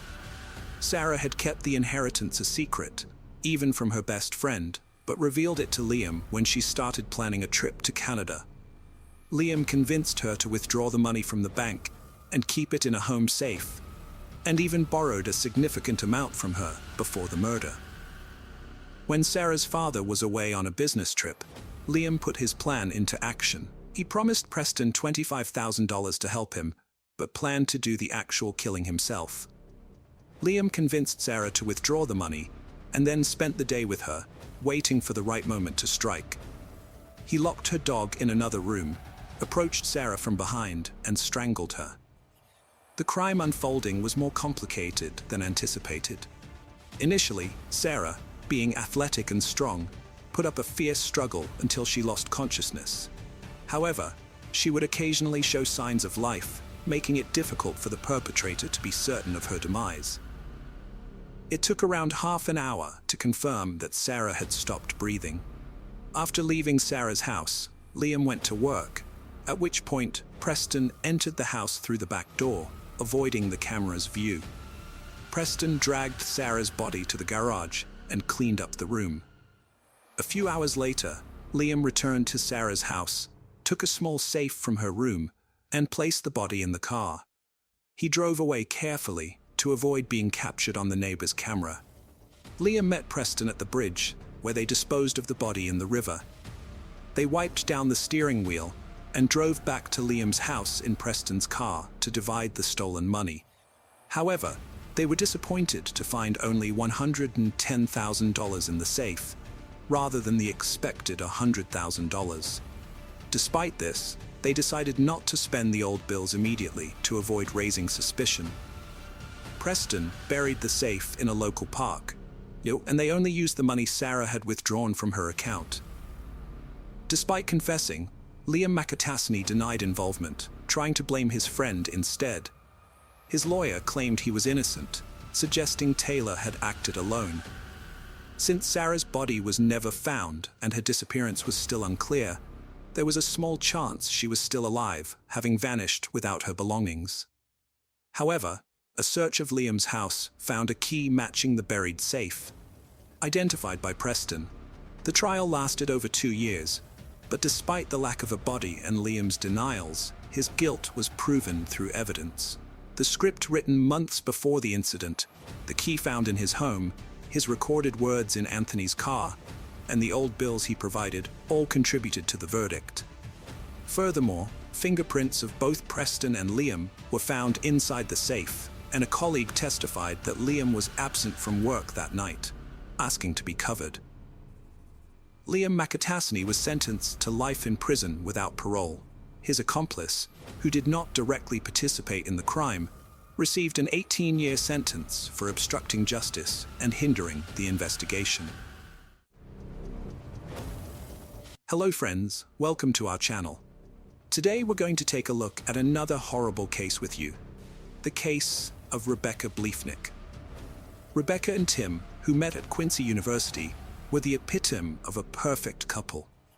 Rebecca was a biology major and a tennis player, while Tim was a star football player. 2 years after graduating, the practical couple decided to tie the knot. Instead of splurging on an engagement ring and a lavish honeymoon, they chose to save their money. Although Rebecca had a genuine interest in medicine and had dreamed of becoming a doctor, she decided to pursue motherhood instead. Her dream came true when she and Tim had 3 sons. Tim was known for his charisma and ability to entertain. In 2008, he auditioned for American Gladiators, making it to the final round. Years later, in 2019, he received an invitation from the producers of Family Feud to participate in the show with his family. Rebecca's nursing school commitments prevented her from joining Tim on the TV show Family Feud. Undeterred, Tim assembled a team of family members, including his parents and brothers. The show's format features 2 teams competing to guess the most popular responses to survey questions from 100 people. Despite being unprepared, Tim's team performed well, earning points and ranking second on the scoreboard. They went on to participate in 3 episodes, winning a total of $20,000, which was divided equally among the family members. However, Tim did not share any of the winnings with his wife Rebecca. This decision highlights the strain on Tim and Rebecca's marriage, which began when Rebecca pursued a nursing career against Tim's wishes. Tim had expressed concerns about Rebecca's well-being and ability to manage stress, but Rebecca's friends believed Tim was opposed to her independence and autonomy. Rebecca's friends noticed that she was becoming increasingly unhappy in her marriage over time. At first, her marriage to Tim was relatively happy for about 5 years, but then Tim started to become more controlling and manipulative. Despite Rebecca's hard work in her nursing studies and job, Tim didn't pull his weight at home, leaving Rebecca to handle most of the responsibilities. Rebecca realized that their marriage was struggling and wanted to fix it, so she suggested that they go to marriage counseling together. She believed that counseling could help them find solutions and improve their relationship. However, Tim refused to go, despite Rebecca's efforts to save their marriage. In January 2021, after 11 years of marriage, Tim suddenly filed for divorce, which caught Rebecca off guard. She had been committed to working through their issues, but Tim had already made up his mind. He moved out of their family home and into a new house across town, leaving Rebecca to pick up the pieces. Tim and Rebecca's divorce was extremely contentious. They were unable to agree on anything, and their communication broke down completely. The couple disputed several issues, including who would get custody of the children, how they would divide their property, and how much alimony one would pay the other. Things escalated to the point where Tim felt threatened and applied for a court order to protect himself from Rebecca, alleging that she was stalking and harassing him. Rebecca had a different view of the situation, accusing Tim of harassment. She shared her concerns with friends through text messages, describing incidents where Tim yelled at her, pushed her in front of their sons, and threw things. Rebecca feared Tim might do something drastic to take her children away, which alarmed her sister, who knew Rebecca's fears were valid and that she needed help to protect herself. Rebecca then filed for an order of protection against Tim, claiming he entered her home without permission and lied about their interactions. However, the judge denied both Rebecca and Tim's requests, instead ordering them to stay away from each other's homes, except during child custody exchanges.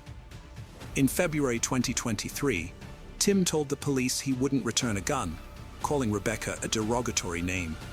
At the time, Rebecca and Tim's 3 sons, aged 12, 10, and 5, were staying with Tim at his home, just a mile from Rebecca's residence. Their divorce was set to be finalized in just 1 week.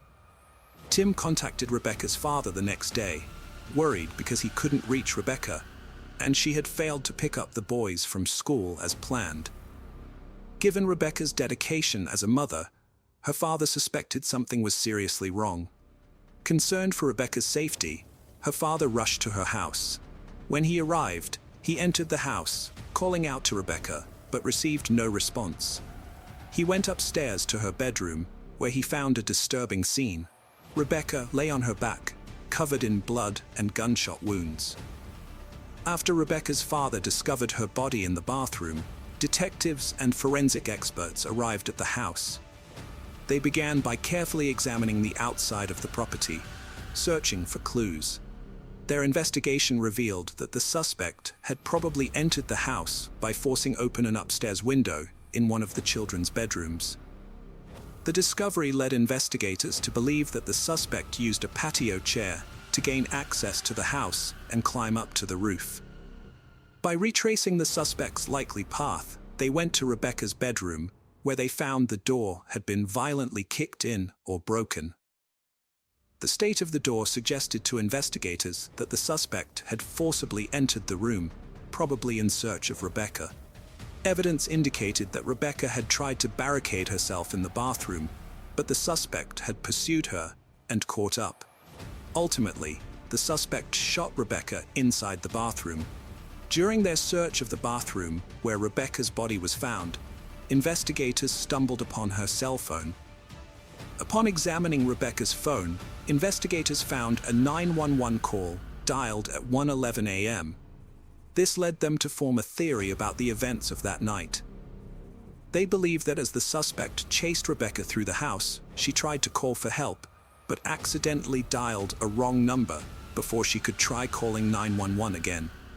The misdialed call at 1:11 a.m. suggested to investigators that the suspect had knocked the phone out of Rebecca's hand. They believed Rebecca was likely killed around this time. However, when police questioned Rebecca's neighbors, none of them remembered hearing any noise around 1:11 a.m., which raised suspicions among the investigators. A thorough search of Rebecca's house revealed that her murder was not a botched burglary, as nothing was stolen. Despite this, the perpetrator left behind significant evidence. One notable discovery was a partial shoe print found near the point where the suspect entered the house. The shoe print discovered at the crime scene could be crucial in identifying the type of shoe worn by the suspect, including its make and model, as well as providing details about the size and shape of their feet. The presence of 8 9mm shell casings and small pieces of shredded plastic near Rebecca's body also provide significant leads for the investigators. Despite collecting these key pieces of evidence, the investigators were unsure how to interpret their findings.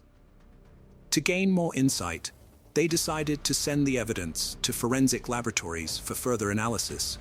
Specifically, they wanted to determine if any of Rebecca's personal belongings matched the evidence found at the crime scene. The investigation began when Rebecca's father found her lifeless body in the bathroom of her home. Upon arriving at the scene, investigators carefully examined the exterior of the house, leading them to identify how the perpetrator gained entry by prying open an upstairs window in one of the children's bedrooms. Here's what likely happened. The suspect used a patio chair to climb up to the roof and entered the house.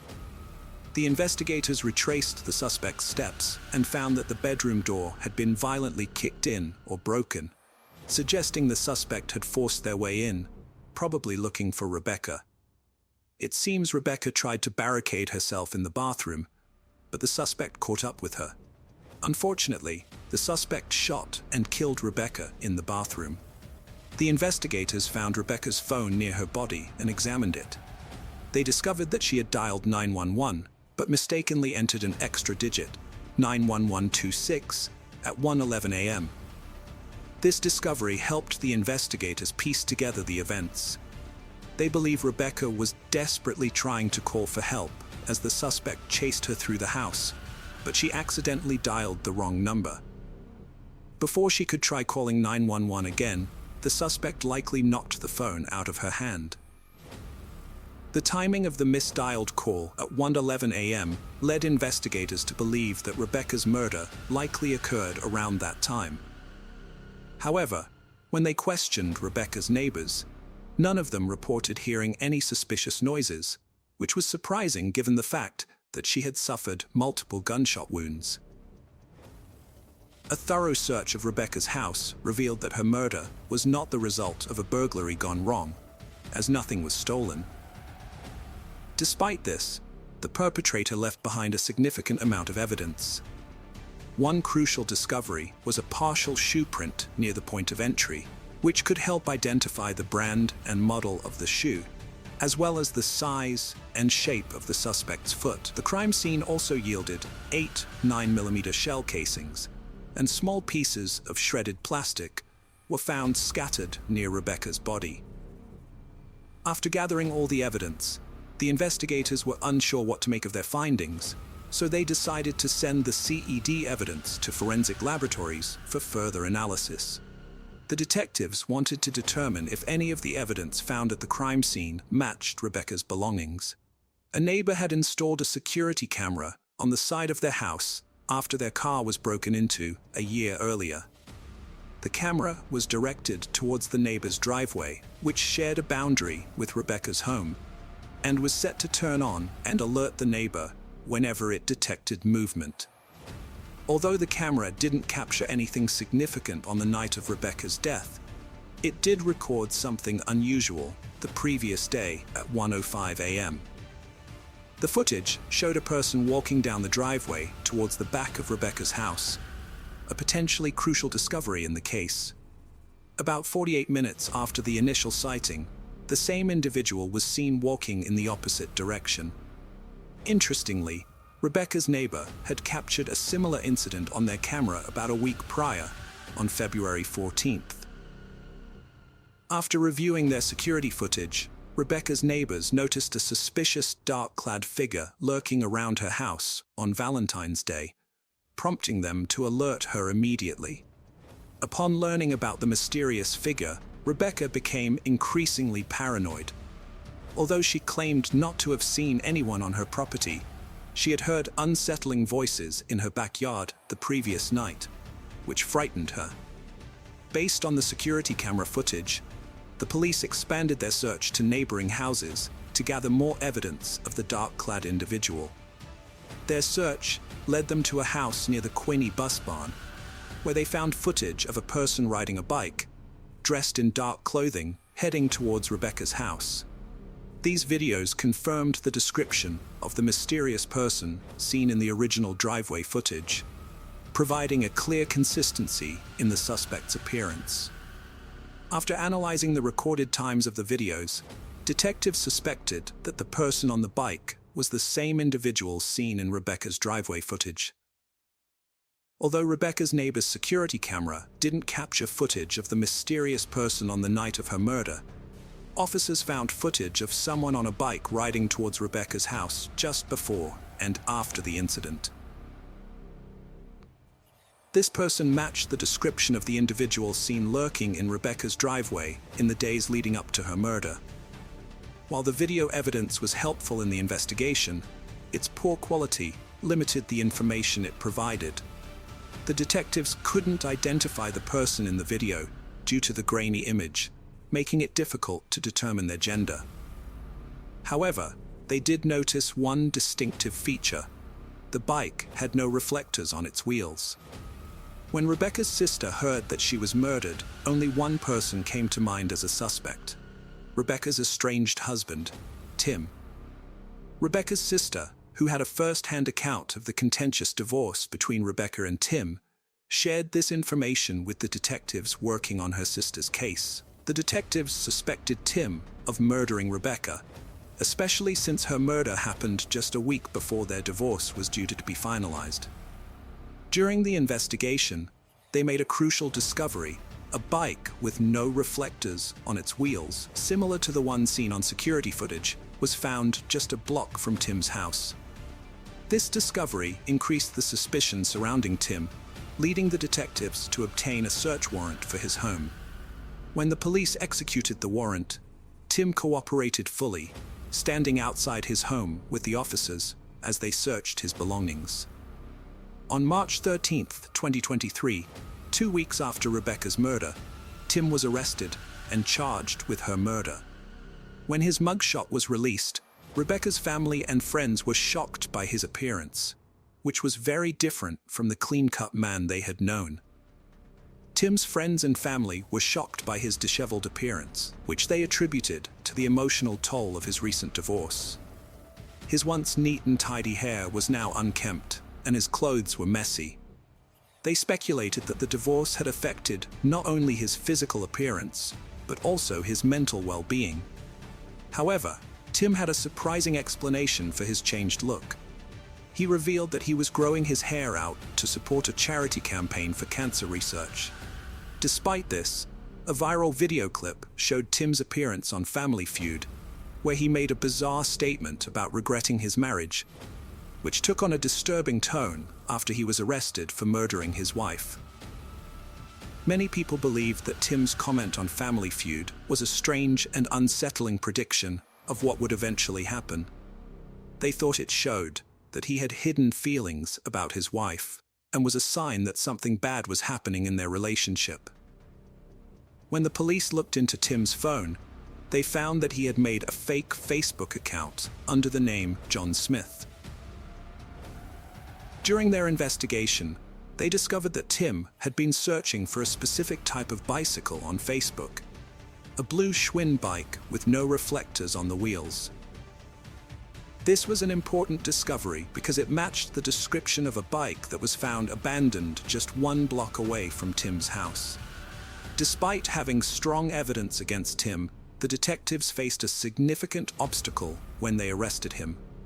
Tim was held in jail without the possibility of bail, but he requested a quick trial, which is his right under the law. Prosecutors were required to bring the matter to trial within 90 days of Tim's arrest. The prosecution faced a significant challenge in convincing a jury, beyond a reasonable doubt, that Tim murdered Rebecca due to the absence of a confession or DNA evidence. Juries typically look for these 2 key elements in criminal cases. To prove Tim's guilt in the murder of his wife Rebecca, the prosecution faced a significant challenge.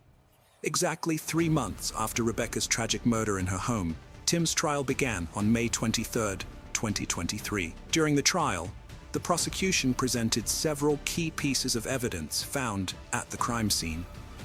One notable piece of evidence was the shredded plastic fragments discovered around Rebecca's body. The prosecution argued that these fragments came from an owl's grocery bag. Further investigation revealed that similar bags were found in Tim's house. The prosecution alleged that Tim used these bags as a makeshift silencer when he shot his estranged wife multiple times. They claimed that the bags were used to muffle the sound of the gunfire, preventing it from being heard by others. The prosecution also presented DNA evidence, suggesting that Tim left behind DNA while using the Aldi bags. An expert testified that it was highly likely Tim contributed to the DNA found, and that his DNA could not be ruled out as a match for the DNA found under Rebecca's fingernails. The prosecution presented evidence suggesting that a crowbar found in Tim's basement might have been used to force open the window at the victim's house on the night of the murder. Although an expert testified that there were microscopic similarities between the crowbar and the window's pry mark, she couldn't conclusively say that the crowbar was involved. To build a stronger case, the prosecution presented records of several searches made on Tim's phone, including how to open my door with a crowbar, how to make a homemade pistol silencer, how to clean gunpowder off your hands, and average police response time in Quinny. The prosecution's expert witness testified that she compared the shell casings found at the crime scene to those found at Tim's house during the investigation. Her analysis revealed that 27 of the casings from Tim's home were fired from the same 9mm weapon used to kill Rebecca. When investigators searched Tim's house, they didn't find Rebecca's 9mm gun, which he had refused to return to her. Tim claimed he hadn't seen the gun in months before Rebecca's murder. During the trial, the defense had the opportunity to call witnesses, but chose not to. After the 6-day trial, the jury took 4 hours to reach a guilty verdict, and Tim was sentenced to life in prison without parole. Despite claiming innocence and planning to appeal, Tim is behind bars, and Rebecca's family believes justice has been served. During the sentencing hearing, Rebecca's family read impact statements. One of her sisters addressed Tim, telling him how his actions affected his son's well-being. She stressed that his choices were causing his sons to suffer. Rebecca's sister vowed to keep her memory alive for her 3 sons, even after her passing. Hello friends, welcome to our channel. Today we're going to take a look at another horrible case with you. The case of Cécile Bloch.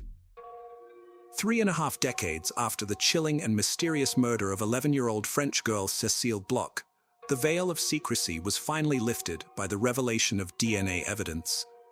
Unveiled alongside this newfound truth after the 35-year hunt was a horrifying connection. The same malevolent hand that took Cécile's innocence also stained France with the blood of other victims during the dark period from 1986 to 1994. To make it worse, the chilling revelation was that the very person responsible for these heinous acts was someone who was supposed to be a guardian of the law, a gendarme and a policeman at the time of the murders. This is the tragic tale of Cécile Bloch. It's the fateful morning of May 5th, 1986. The universe seemed to conspire against 24-year-old Luc Bloch, with the day kicking off on the wrong foot. At first, his alarm clock didn't go off, and to make matters worse, nobody in the Bloch household had the foresight to rouse him from his restless slumber. Luc, now in a mad dash to get to work, also had to make sure his young sister wasn't late to school. With a sense of urgency gnawing at his heels, he calls out to his little sister, telling her to hasten her preparations for school as he hurriedly leaves the apartment. In those days, it was common for children to go to school on their own. Every morning on weekdays, the parents Jean-Pierre and Suzanne Bloch would embark on their own journeys to work by 8 a.m. Luc, too, would depart the family apartment, leaving just before Cécile, who typically set off for her classes around 8:45 a.m. Lunchtime brought a cherished routine. Cécile would return home alone, savoring a comforting bowl of soup before serenading the household with her beloved violin. This gifted young girl was a maestro of melodies and really loved music. She harbored an affection for dogs and also excelled at school. At noon, her loving mother Suzanne would routinely dial the family apartment to make sure her daughter got home safely and had taken her lunch. But on that fateful day, an eerie silence met her call. The girl didn't pick up the phone, and this would lead to a horrific revelation that would create many questions of what had truly transpired on this fateful day. Let me take you back to the moment Luc Bloch embarked on his daily journey to work. As he stepped out of the apartment, the darkness of the landing greeted him yet again. There was no light for the 3rd consecutive day. Frustration coursed through him as his fingers fumbled in the inky darkness to find the elevator button. The only functioning elevator glided to a halt on the 3rd floor, and inside stood a well-dressed young man. This man, possibly in his late 20s, possessed an athletic build with a pockmarked face. Luc, feeling a twinge of embarrassment, extended a cordial greeting, then disembarked on the 1st floor. The stranger wished him a strangely emphatic, "Good day." Something about this encounter struck Luc as peculiar. The man's politeness appeared excessive for a stranger. It was almost unnerving. In hindsight, Luc would recall the haunting final words uttered by this strange man.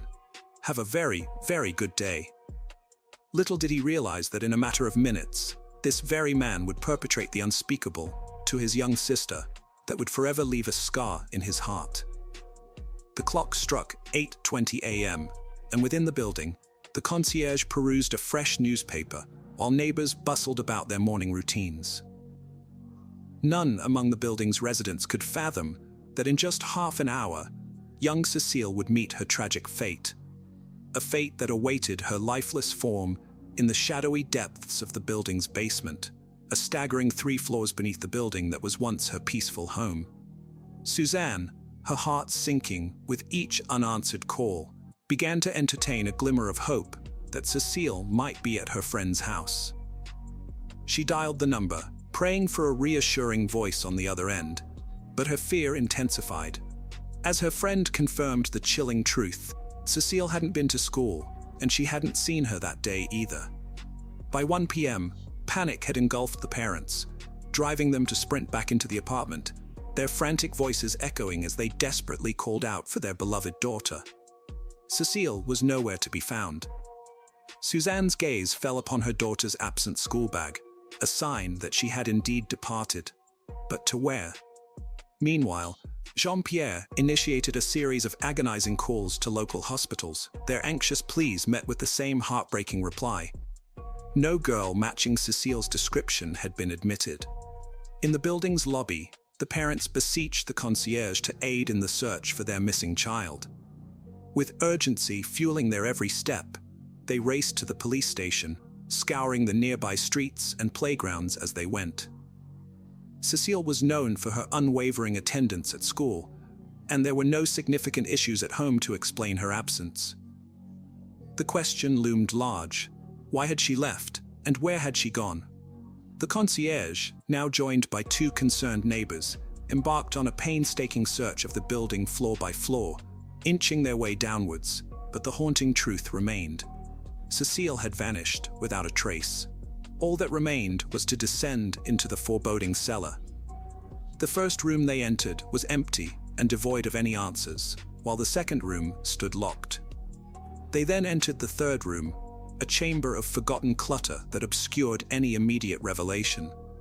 The room was a chaotic maze of forgotten possessions, a lot of junk from years past, so densely entangled that nothing could be seen at a single glance.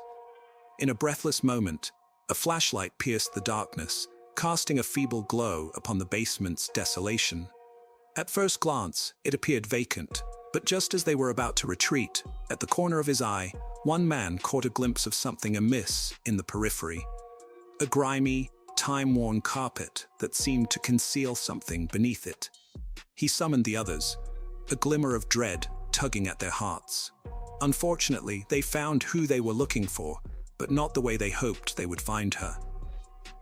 Outside the house, police cars and an ambulance had already arrived at the scene when Cecile's parents returned. They rushed past the gathered crowd in the basement. It was too late. The innocent life of young Cecile had already been taken, her innocence brutally shattered. The wheels of justice began to turn as a relentless investigation was launched into the heart-wrenching homicide. The grim investigation unveiled a chilling timeline. The malevolent intruder had infiltrated the block, lingering within its walls, and shared a sinister 40-minute encounter with Cecile, with witnesses testifying that he had departed the building at 9:20 a.m. They all echoed a hauntingly consistent description of the suspect. A dark-haired young man, aged between 25 and 30, his face marred by the cruel reminders of severe acne scars, the very same man who had exchanged strange pleasantries with Luke that morning. Drawing from the accounts of 6 witnesses and Luke's recollection, the police conjured a rough sketch of the malefactor, which found its way onto the pages of newspapers across France. While investigators managed to secure the assailant's biological material and ascertain his blood type, the nascent era of DNA forensics limited their progress. The evidence, a tantalizing puzzle piece, remained locked in a cold, waiting silence as the promise of breakthroughs in forensic science beckoned from the shadows. Yet the revelations remained scant, leaving a trail of unanswered questions and a community haunted by uncertainty. Just a month prior, the city had shuddered at the news of a similar predator haunting their midst. A man bearing an uncanny resemblance to the malefactor now under investigation had assaulted an 8-year-old girl in an elevator, yet miraculously, she had survived to share her harrowing tale with investigators.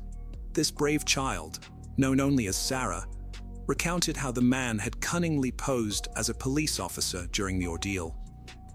What sent shock waves through the community were the eerie parallels emerging in 3 additional sexual assault cases. In these grim chapters, the assailant, employing the same sinister ruse, had targeted a 26-year-old woman and 2 young girls, aged 11 and 14.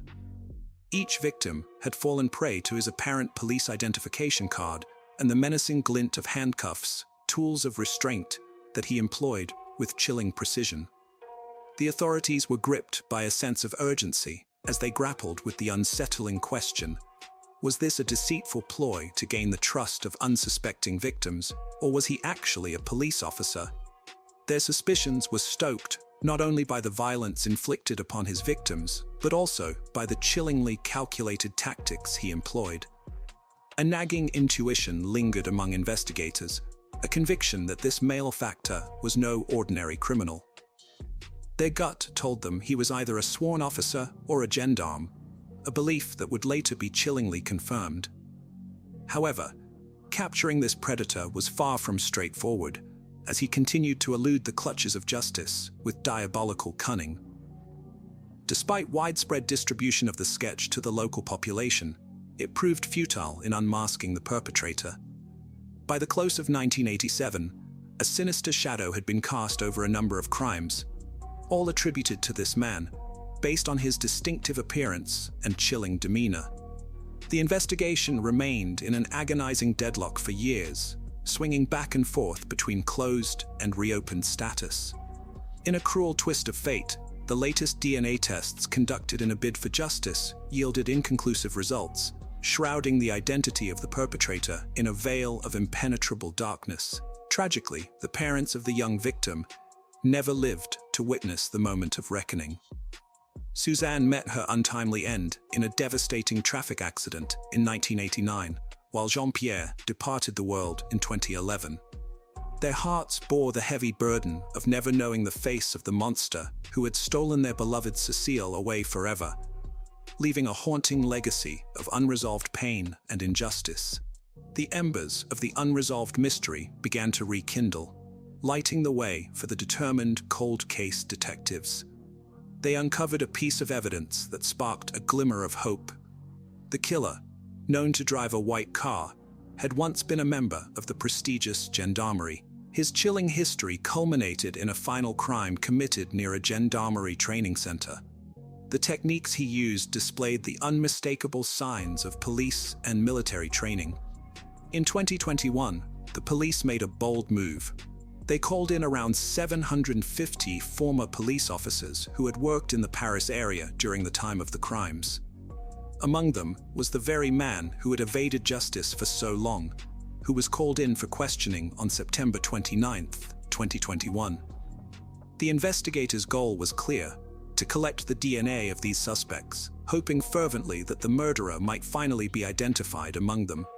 The plot took a harrowing twist on September 24th, when a summons landed in the hands of a man, compelling his appearance for questioning on September 29th. The demand extended further, requiring the surrender of a DNA sample. However, in a startling turn of events, the narrative pivoted on September 27th when the man's wife reported him missing. As the clock ticked relentlessly towards the fateful date, the puzzle was far from complete.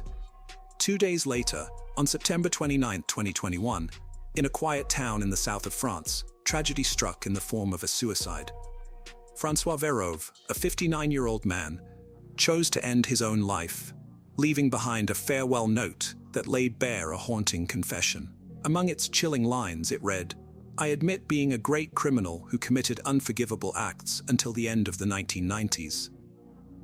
In a heart-wrenching conclusion, DNA tests revealed the somber truth. The man authorities had hunted relentlessly for years. The pockmarked man, the elusive predator, was unmasked as François Verove. However, much about his background remained shrouded in mystery. Born on January 22, 1962 in France, he had grown up under the stern gaze of a strict father, a stepmother, and 2 stepsisters. His biological mother had succumbed to the ruthless grip of the flu. In his youth, he had harbored an unsettling fascination with horror movies, perhaps offering a glimpse into the darkness that would later consume him. In 1983, François embarked on a new chapter as he moved to Paris and joined the National Gendarmerie. By June 1985, he had married and took it upon himself to construct a family home from the ground up, a testament to his ambitions. In the eyes of a former friend, he wore the dual masks of kindness and decency. but his temper lurked just beneath the surface, a volatile element that could erupt without warning. Behind this facade, however, lay a chilling truth. He was completely the opposite of the positive traits he may have portrayed to others. 4 innocent young girls had suffered beneath his sinister hand, miraculously escaping his clutches, all except for young Cecile Bloch. Francois's malevolence didn't stop there. In 1987, he cold-bloodedly murdered 2 adults, 38-year-old Gilles Politi and his devoted housekeeper, Irmgard Muller. Armed with crucial DNA evidence, investigators embarked on a gripping journey, determined to unravel the secrets of a malefactor whose dark deeds seemed endless. They fervently believed his sinister trail of crimes extended far beyond those already uncovered, driving them to delve deeper into unsolved cases, searching for hidden connections that could reveal the full extent of his reign of terror. Unfortunately, earthly justice may never hold him accountable for his atrocities, and retribution seems out of reach. The specter of his deeds looms large, leaving the question of inevitable justice to the realm beyond. As this harrowing tale unfolds, we are left with unanswered questions, wounds that may never fully heal, and the haunting presence of a man who committed unspeakable acts. Francois Vero may have evaded earthly justice, but his actions are forever etched in the indelible ink of infamy. Amidst the darkness, a glimmer of hope stands, as a testament to the relentless tenacity of those who pursued answers. With advancements in DNA technology, the truth emerged from the depths of despair. In the afterlife, in the realm beyond, justice may yet find its elusive mark, allowing the innocent souls scarred by his malevolence to finally rest in peace. In the shadow of these chilling revelations, let us remember all those who suffered at the hands of this predator. Their memory lives on as a reminder that even in the darkest corners of our world, the relentless pursuit of justice can be a beacon of hope. As we close this chapter of human frailty and malevolence, let us remember Cecile, not for the darkness that took her, but for the vibrant spirit she once embodied. For every life taken too soon, there remains a legacy that defies the shadows, a testament to the unwavering hope that someday justice will prevail. May the souls of Cecile and all the other victims rest in eternal peace. Every day, hundreds of thousands of individuals go missing worldwide. Although many are quickly found or return on their own, about a third are discovered deceased eventually. The remainder disappear without a trace, their fates enshrouded in mystery. Mysterious and unsolved cases of disappearances frequently captivate the public and become the basis for detective novels or fantasy films. Yet, sometimes reality can be more terrifying than fiction. The disappearance of 19-year-old student Katie Poor stands out as particularly unique. Her case was so baffling that even NASA experts participated in the effort to find her. Despite their best efforts, she could not be found alive. This shocking event deeply affected the nation, especially the normally peaceful town of Moose Lake, where Katie resided along with other students. Katie Elizabeth Puya was born on February 28, 1980, in the quaint town of Duluth in St. Louis County, Minnesota. She was the second child in a loving and ordinary family. She grew up with her older brother, and they shared a strong bond since childhood. When Katie started school, the family relocated to Carlton County and settled in Barnum. Katie was known for being sociable, active, and highly creative. She studied vocals, played guitar, and eventually began performing in a music band where she happily showcased her talents. Katie also had a deep love for animals. She volunteered at a shelter for stray cats and dogs and participated actively in cleaning and beautifying local parks. Her beauty was well recognized. In high school, she even participated in a city beauty contest where she achieved second place. After high school graduation, she attended college and moved to Moose Lake, a quiet and picturesque town in the same county as her family. By that time, Katie had been dating Mark for a couple of years. They both went to university and planned to get married. The couple rented a small but cozy apartment in a good neighborhood. Katie attended law school to study criminal law while her fiancé focused on computer technology, They both worked part-time jobs to support themselves financially, save for their wedding, and avoid relying on their parents. Katie secured a job at a gas station near a busy highway where she took night shifts several times a week. She enjoyed this work because it allowed her to manage her schedule efficiently. However, her parents were concerned about her safety since she was alone at the shop during nighttime along the highway connecting several large cities. A place bustling with traffic around the clock, with various people visiting the gas station and store.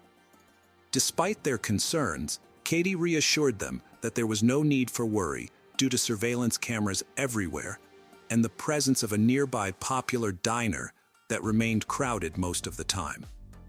On May 26, 1999, 19-year-old Katie Puya went to the store for her regular shift. It appeared to be an ordinary day.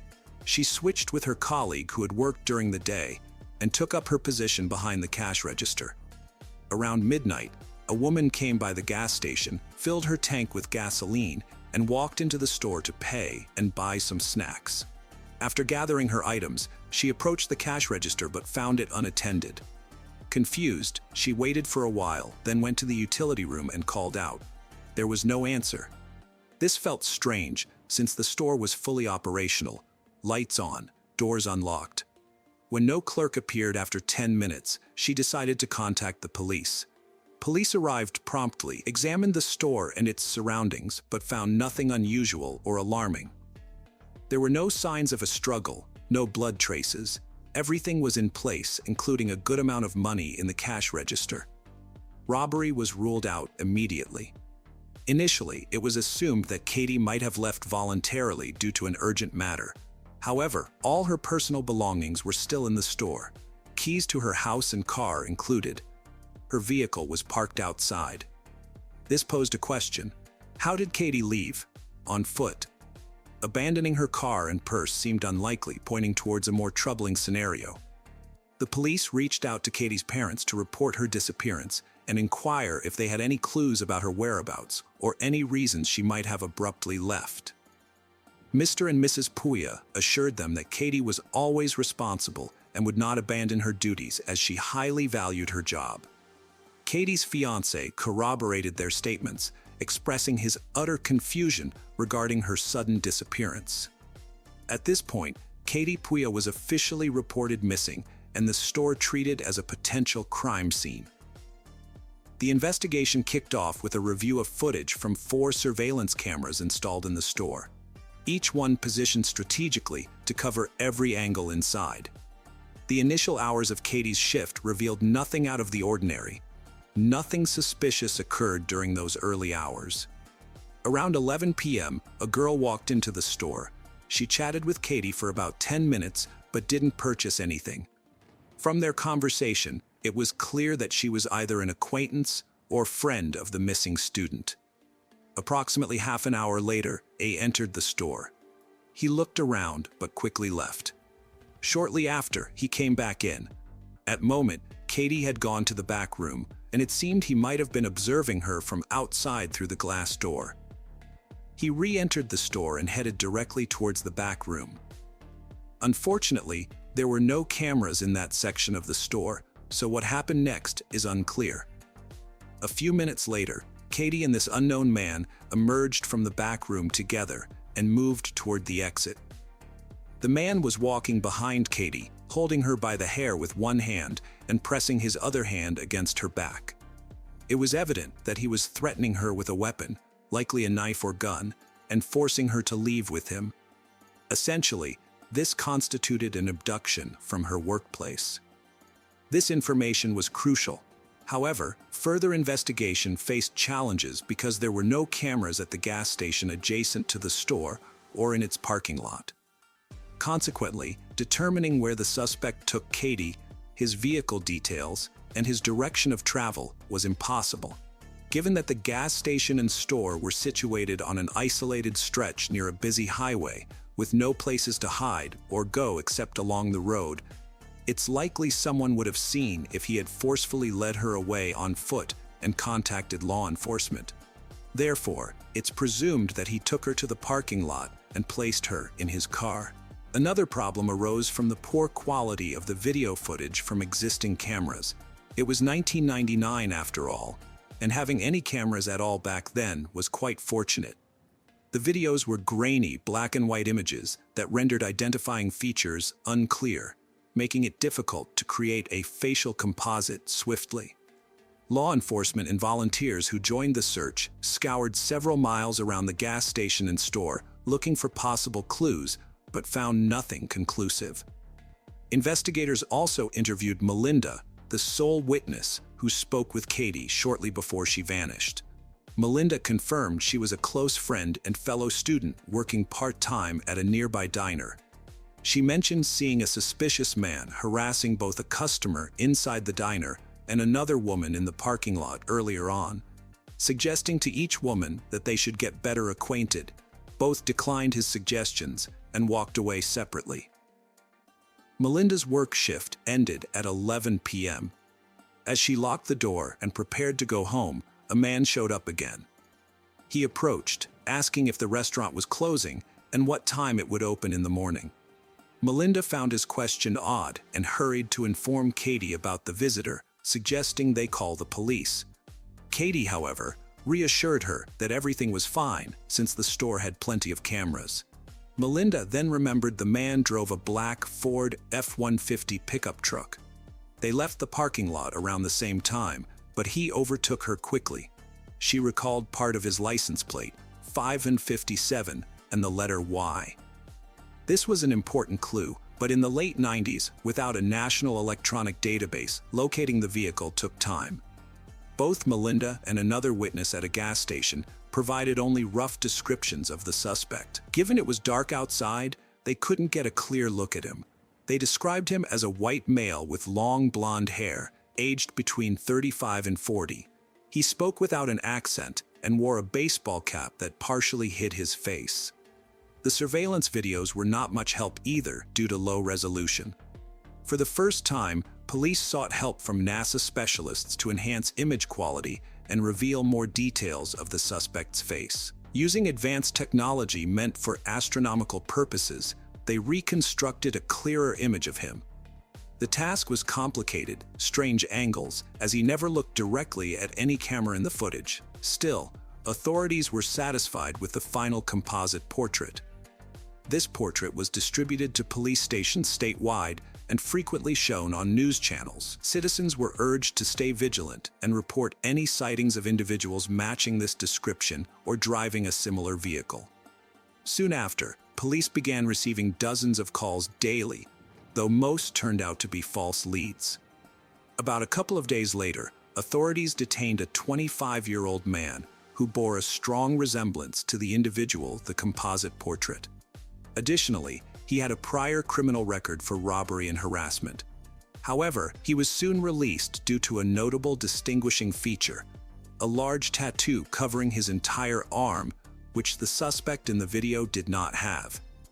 An important detail was that the man who escorted Katie out of the store wore a Yankee baseball team t-shirt with the number 23. According to Melinda, when the suspect approached her in the parking lot, he was dressed differently. Yet, upon reviewing the surveillance footage, she had no doubt it was him. A week later, a call came from Minneapolis. A worried man reported that the person in the portrait looked like his neighbor, who worked as a cleaner and drove a similar car. A couple of weeks ago, right around the time of the girl's abduction, this neighbor unexpectedly cut his long blonde hair and began growing a beard. This suspect turned out to be 50-year-old Donald Hutchinson. It was discovered that he had recently quit his job without any apparent reason, which raised suspicions. On the day of Katie's disappearance and the following day, he didn't go to work because he reported not feeling well. Former colleagues confirmed that he drove a black Ford F-150 with a license plate matching what police were looking for. Donald Aubin Hutchinson's real name is Donald Allen Blom. He was born in Minnesota in 1949 and grew up in a dysfunctional family where his father was an alcoholic who abused both him and his mother. As a teenager, Donald himself started drinking and displayed uncontrollable aggressive behavior that troubled everyone around him. Consequently, he was transferred to a special school for difficult children. At age 25, Blom was convicted and imprisoned after kidnapping and assaulting a 14-year-old girl. However, he served only 3 years before being released on parole. Shortly after, he was arrested again for assault and harassment, but received another short sentence. In 1983, Donald was arrested yet again. This time, he had kidnapped 2 teenage girls, taken them to a deserted area, and tied them to a tree. He assaulted one of the girls and strangled the other several times, then revived her, making it a game of life and death. Fortunately, a passerby walking with a dog heard their screams and saved them. Consequently, Blom served 9 years in prison. Upon his release, he changed his name, moved to another city, and avoided police attention for a long time. He got married after his release, and his wife bore him 4 children. On the surface, their family appeared happy. The man secured employment. However, his addiction to alcohol and substances turned him into a menace. His wife and children often suffered from his violence, but occasionally this monster sought other victims. Nobody was aware of Donald's criminal past. He went to great lengths to conceal it by changing his name and identity. He even altered his appearance by growing long hair and a beard that he sometimes shaved off. Initially, the police lacked solid grounds to detain him. They could only question him during their investigation. The suspect owned around 20 acres of land, just 12 miles from the store where Katie was kidnapped. In fact, right after Katie's disappearance, the police had already visited him upon learning about his black pickup truck. Donald claimed that he had sold the vehicle and that its license plate differed from the one they sought. He even provided a document as proof, which later turned out to be fake. Following these findings, the police secured a search warrant for his house and land property. They discovered an unexpected surprise in a large barn where Donald attempted to hide his black Ford F-150 behind old junk and furniture. The license plate matched the one identified by Melinda. With this discovery, Donald's calm facade began to crack.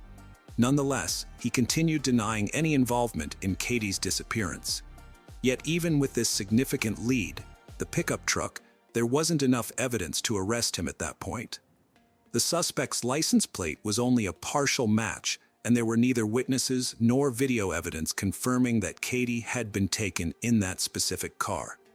Consequently, the police shifted their focus to searching the house, aiming to find traces of the missing girl, or even Katie herself. The interior was spotless. No blood traces, no signs of forcible confinement, and no clues linked to Katie's disappearance were found. However, inspecting the property posed challenges as it spanned over 24 acres and required more than a day's effort, along with significant resources. To address this, National Guard personnel and hundreds of volunteers joined in the search and investigation efforts. The first day yielded no results. By the end of the second day, however, police stumbled upon peculiar ashes, suggesting that something had been burned or cremated over an extended period. Among these ashes were bone fragments, which criminologists meticulously collected and sent to a laboratory for analysis.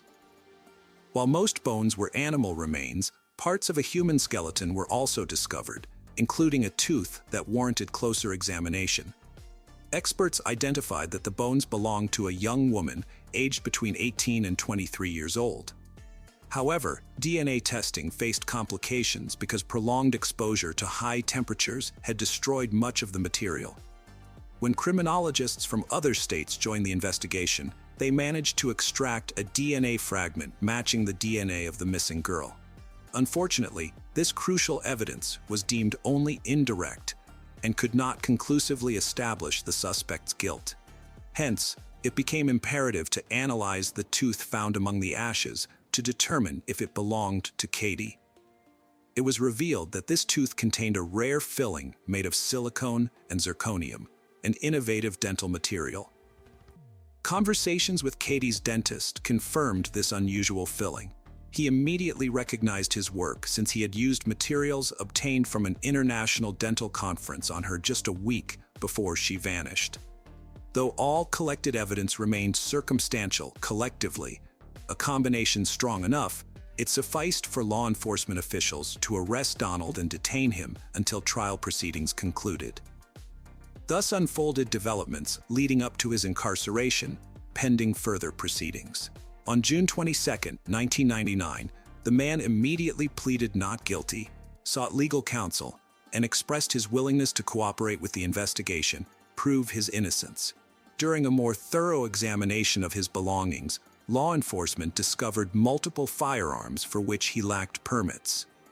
Shortly thereafter, Donald began confessing.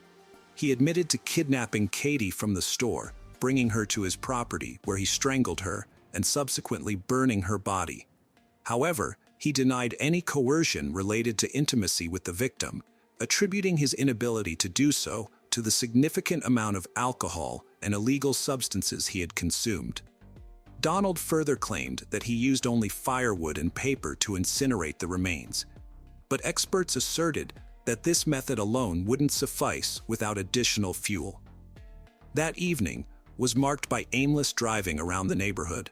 Upon noticing Melinda at a gas station, Donald initially intended to follow her when she left, but then changed his mind. He overtook her and proceeded home to change clothes before heading back to the store where Katie worked. This accounts for discrepancies in eyewitness testimony regarding what he was wearing. 2 weeks later, Donald unexpectedly recanted his confession, asserting his innocence once again. He alleged that he had been coerced into confessing due to threats made against him and his wife. His wife attempted to support this claim during the trial by offering an alibi, asserting that he was at home with her throughout that evening and did not leave the residence. In a striking turn of events during the trial, 2 former victims from 1983 came forward.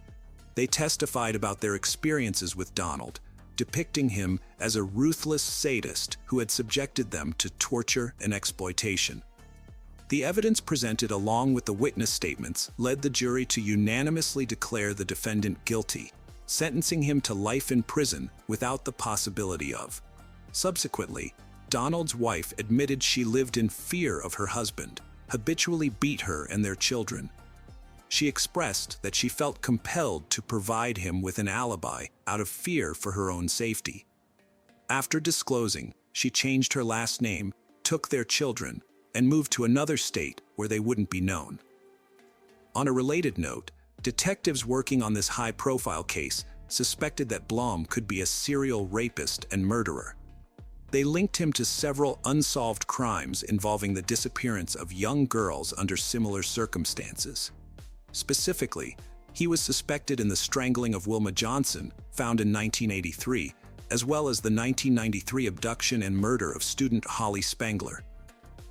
In 2021, Blom was transferred to a medium-security prison at MCF Faribault. Conditions there were much more lenient, and he referred to it as a vacation. However, after complaints and protests from Katie's family, Blom was moved back to a high-security facility in Stillwater, Minnesota. He passed away there on January 10, 2023, at age 73. Katie Pure's death has been covered extensively in popular television documentaries about real crimes. HLN Channel aired a series called Forensic Files, which featured an episode titled Tooth or Consequences, based on Katie's story. The Discovery Channel released an episode from their series New Detectives titled Fatal Abduction, dedicated to this particular case. Additionally, in 2010, a documentary titled From the Ashes was produced using materials from the investigation. Costa Mesa 911. There's a body in my son's apartment. There's a what? A body, a dead body. A dead body? Like there's been some sexual activity. She's dead. There's blood from her head. There was blood from her head? Yeah. On May 21, 2010, a young woman was found murdered in the apartment of 26-year-old Army veteran Sam Hare. When Sam's father discovered the gruesome scene, they frantically dialed 911. Then I walk you to the bedroom. And that's where I saw a body, a large load of blood. I immediately called 911, but Sam was nowhere in sight. Who was that woman and what happened to her? Was Sam on the run after killing her? Located halfway between Los Angeles and San Diego, Costa Mesa, California, lies on a coastal highland overlooking the Pacific Ocean. Despite its affluence, it's a laid-back beach community at heart. No one anticipated that this beautiful place would be where Julie Kibuishi would meet her horrific end. Sam Hare's parents, Stephen and Raquel Hare, became concerned when they hadn't heard from their son in a while. Sam was supposed to go to his parents' house that weekend, but he never showed up. On May 22, 2010, Stephen went to Sam's apartment along with his wife. There, a horrendous scene was awaiting them. "Sam, what happened? What did you do?" Panic-stricken, he immediately dialed 911. In this frantic call, Steve alerted the police that there was a dead woman lying face down in his son's bedroom with some of her clothes ripped off and blood coming down from her forehead. "Curfin, I've been in my way. Body and get on that body. Eric Barney, I'm her head. I would go ahead and cuddle, but you know where you're starting. However, Sam was nowhere in sight. The incident came as a shock for the Costa Mesa community, where murders are very rare. When police reached the apartment, they did not find any signs that a struggle had taken place. Immediately as you walk in, you could tell it was a bachelor-type apartment. It was a teen apartment. There was no signs that there may have been a struggle or maybe a fight that had gone on. The apartment seemed to be filled with items you'd find in a typical bachelor pad. Empty beer bottles, burned cigarettes, a patio barbecue. But it looked relatively clean and neat. That is, until they entered the bedroom. Then in the bedroom, which begins to look a little suspicious, on the bedside table, there's an unused knife and there's a couple of books. One of them a combat how-to, another the wonders of sex. But then when you turn to the bed, a horrendous son. The bed was soaked red from the victim's blood. The deceased woman was lying partially on the bed and partially kneeling on the ground. Her pants were pulled down, exposing the lower portion of her body. From the looks of it, detectives concluded that she might have been sexually assaulted before her death. She died from 2 gunshot wounds to her head. He had 1 gunshot wound, top, etc. above the head. There was also a knife on the bedside table, but it appeared to be unused. Strangely, she was wearing a tiara, and scrawled on the back of her sweater were the words, "All yours." Her bag was found in the kitchen. From her driver's license, detectives identified the victim as 23-year-old Julie Kibuishi.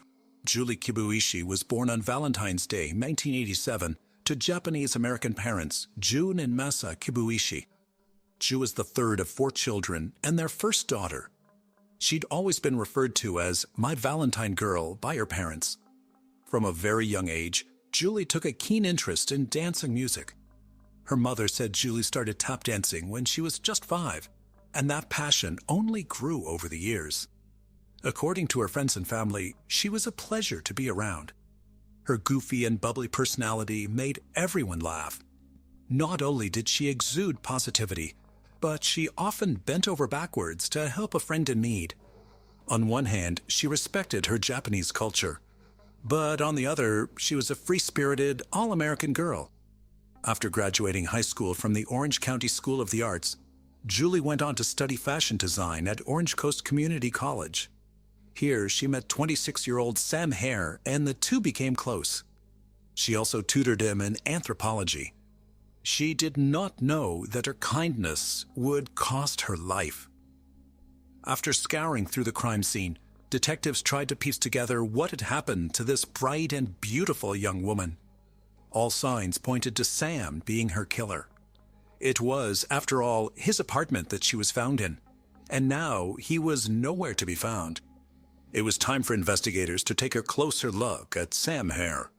Samuel Hare was born on May 29, 1983, to parents Steve and Raquel Kalberman in Los Angeles, California. As the only child to his special education teacher father and stay-at-home mother, Sam was doted on. He was very close to his parents, visiting them often even after he'd moved away. Although Sam's physical stature was big and strong, his friends described him as a big teddy bear. He was a fun-loving and easygoing guy.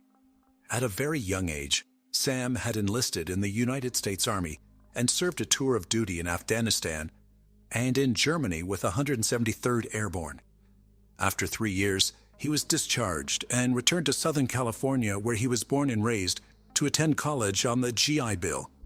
He wanted to finish college and then re-enlist in the Army as an officer. With that goal in mind, Sam Hare enrolled himself in Orange Coast Community College, where he formed a friendship with Julie, who was 3 years younger than him. But just like many war heroes, Sam developed PTSD from the 3 years he served in the Army. Had he somehow snapped and committed the crime in a moment of passion? As Sam was nowhere to be found, detectives concluded that he was most likely on the run after murdering Julie in his own apartment. The suspicion only grew stronger when they found text messages on Julie's phone from Sam's number. At around 2:45 p.m. on May 21, 2010, Sam sent her a text saying he was going to help a friend and then head out to go to his parents' house. However, just 2 hours later, his tone changed when he sent her a couple of texts begging her to come to his place. From the tone of the messages, Sam seemed like a man in trouble. He was clearly upset about something. As a concerned friend, Julie agreed to meet Sam. She said she'd be there for him like a family. While Sam's family was dumbfounded by the findings and worried that his life was in danger, these texts made him look more guilty to the investigators. It showed that he planned for her to come over. Additionally, Sam's car and his passport were also missing from the apartment, leading investigators to believe that Sam was probably on the run. His passport was missing. His car was missing. I look at it every legal podcast. This is obvious. If I say how he is going to be our killer. Yet investigators would soon find out that there was even more to this story. Flashing back to 8 years prior, in 2002, the then 18-year-old Sam Hare was charged with another heinous crime. He was accused of taking part, along with 17 other men and women, in the stabbing and beating death of 19-year-old Byron Benito in Canyon Country. Allegedly, on the night of January 15, 2002, Sam, who had been friends with Benito since childhood, picked Benito up from his house and led his unsuspecting friend to an area behind a mobile home park where he was attacked and killed by a group of suspected gang members. He was charged with murder. However, in the end, he was acquitted of those charges. But that didn't change the suspicion in the minds of the investigators. Although Sam's family did not believe in his guilt, investigators were almost certain that they were after the right person. As Sam was trained to use firearms, they considered him armed and dangerous and on the run. Believing that they had a dangerous killer on the loose, authorities put an APB out for Sam. Meanwhile, the Costa Mesa police began monitoring Sam's cell phone and credit card activities in an attempt to locate him. Cops got information that there had been 4 withdrawals made from ATMs in the days since his disappearance. His credit card was also used at a pizza delivery place in Long Beach, California, just 20 miles away from Sam's house. Police expected to see Sam on the surveillance cameras, but when the bank sent them footage from the ATM cameras, they couldn't believe whom they were seeing. It was a teenager wearing a hoodie and a cap, withdrawing money from Sam's bank account. Neither police nor Sam's parents were able to identify the kid. Investigators concluded that he was most likely helping Sam, either to get away or to hide. Either way, Costa Mesa police were desperate to track him down. On May 26, 2010, they received information that his credit card had been used at another pizza delivery, and they set about tracking the delivery driver. After obtaining the delivery address from them, police headed to the address to apprehend Sam, thinking that they'd finally found his hideout spot. When police stormed the house, expecting to find Sam, they instead found 17-year-old Wesley Freelich, along with some of his friends. Although suspected earlier, authorities almost immediately ruled out Wesley as a suspect, but he did still have Sam's credit card in possession.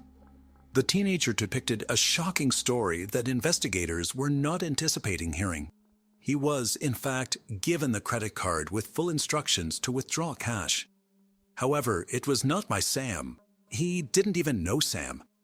Daniel Wozniak, a local theater actor whom Wesley met through community theater, had given them the credit card. Wozniak told Wesley that he was a bail bondsman and needed to collect money Sam owed. Perhaps any other person would have declined it, but as Wesley looked up to Wozniak as an older brother, without realizing the gravity of the situation, the 17-year-old boy agreed to help. In total, $1,900 was withdrawn from the account. The name Daniel Wozniak did ring a bell for investigators, as they'd found an invitation to his upcoming wedding in Sam's apartment. But who was this Daniel Wozniak, and what was his connection to Sam? Did he help Sam to get away, or was he an accomplice to the murder itself? Several questions were yet to be answered. 38-year-old Daniel Dan Patrick Wozniak was born on March 23, 1984, as the youngest of 3 boys. Daniel spent a lot of time with his grandparents after school, due to his parents' long work hours. Dan grew up in a luxurious home, and the family often took expensive vacations. He was described as a good kid in school who mostly got very good grades. He used jokes, singing, dancing, and magic tricks to get attention from people. He loved to be the center of attention. Realizing that he had a natural talent for stage performance, Daniel started acting and singing in musicals in his early 20s. He was pretty casual about his plans for the future. He could never hold a job for long, which forced him to move from job to job with very low pay. However, as years passed, he kept his passion for acting alive and continued to work in theater. It was here, in one of his musicals, that he found the woman of his dreams, a fellow actress. After briefly dating, they decided to marry. On May 26, 2010, when police tracked down Wozniak, he was enjoying his bachelor party in Huntington Beach, California. But how was Daniel Wozniak linked to Sam Hare? As it turned out, he lived in the same apartment complex where Sam lived. Assuming that Wozniak had either helped Sam flee or hide, or had been complicit in Julie's murder, cops barged into the private bachelor party for Wozniak with an arrest warrant. The blood drained from his face as soon as he saw the cops, leading the detectives to believe that he knew more than he was letting on. Police took him into custody for questioning. In the interrogation room, at first, Wozniak claimed that his only crime was participating in credit card fraud and covering for Sam. He further told the investigators that he and Sam hatched a plan to pull out all of his money from his bank account with the help of Wesley, and then claim credit card theft. But Daniel claimed before they could carry out the plan, Sam made a shocking confession. He added that, after this confession, he dropped Sam off at a local shopping center and had not seen him since. Nonetheless, detectives believed he was still covering for Sam, and that he had more involvement in Julie's murder than he told the investigators. So, detectives tried a different strategy. They took a DNA swab from Daniel, a strategy that made Daniel very nervous. He tried to collect his composure, but detectives could tell there was something wrong. Almost immediately, he started to add more details to the story. Tell me about the saying that you did. I told him that I needed to go see stuff in the theater. I said, don't help me learn this then. I great the gun. I didn't really mind to get that reverse the back in a shine. Detectives realized that Wozniak was nervous that his DNA would show up at Sam's apartment. Although he tried to say otherwise, cracking under pressure, he kept changing his story. After a long pause, Wozniak said that he knew about Julia's murder, and he helped him get away. When detectives reminded him that they had his DNA, he reassured them that it was not going to show up on Julie's body. He was still holding on to the fact that he had nothing to do with the murder. Detectives were expecting that Wozniak would reveal more details when he suddenly decided he was done with the interview. But with so much at stake, detectives could not let him go easily without knowing the full details. They told Wozniak that he'd be arrested for the accessory to murder charge if he did not come clean and give them full details. Wozniak had a lot at stake too. He had a wedding scheduled in just 48 hours, and he did not want to miss it. Under pressure, Wozniak started to crumble. The story yet again changed a bit. Seeing that Wozniak was about to break, detectives hastened the process by bluffing about the DNA. Although in reality, DNA test results wouldn't be back for weeks. Detectives claimed his DNA was found on Julie's body. Shockingly, he did not protest the claim. He rather said his DNA was on Julie's body because he was standing right over her body. As it turns out, Wozniak was not as good of an actor in the interrogation room as he was on the stage. As his lies fell apart, he dropped yet another bombshell. This was a major red flag for the detectives because only one gunshot wound was visible to the investigators at the crime scene. Only later, when an autopsy was performed, was it revealed that there was a second gunshot wound. This confession from Wozniak meant that he'd been there when she was killed, which made him an accomplice in the murder, and investigators could now officially detain him. Yet, even though Wozniak was in custody, detectives still had to find Sam, and Daniel refused to talk. While detectives were searching for any clues that could lead them to Sam Hare, sitting behind bars, Wozniak called his fiancée, Rachel Buffett.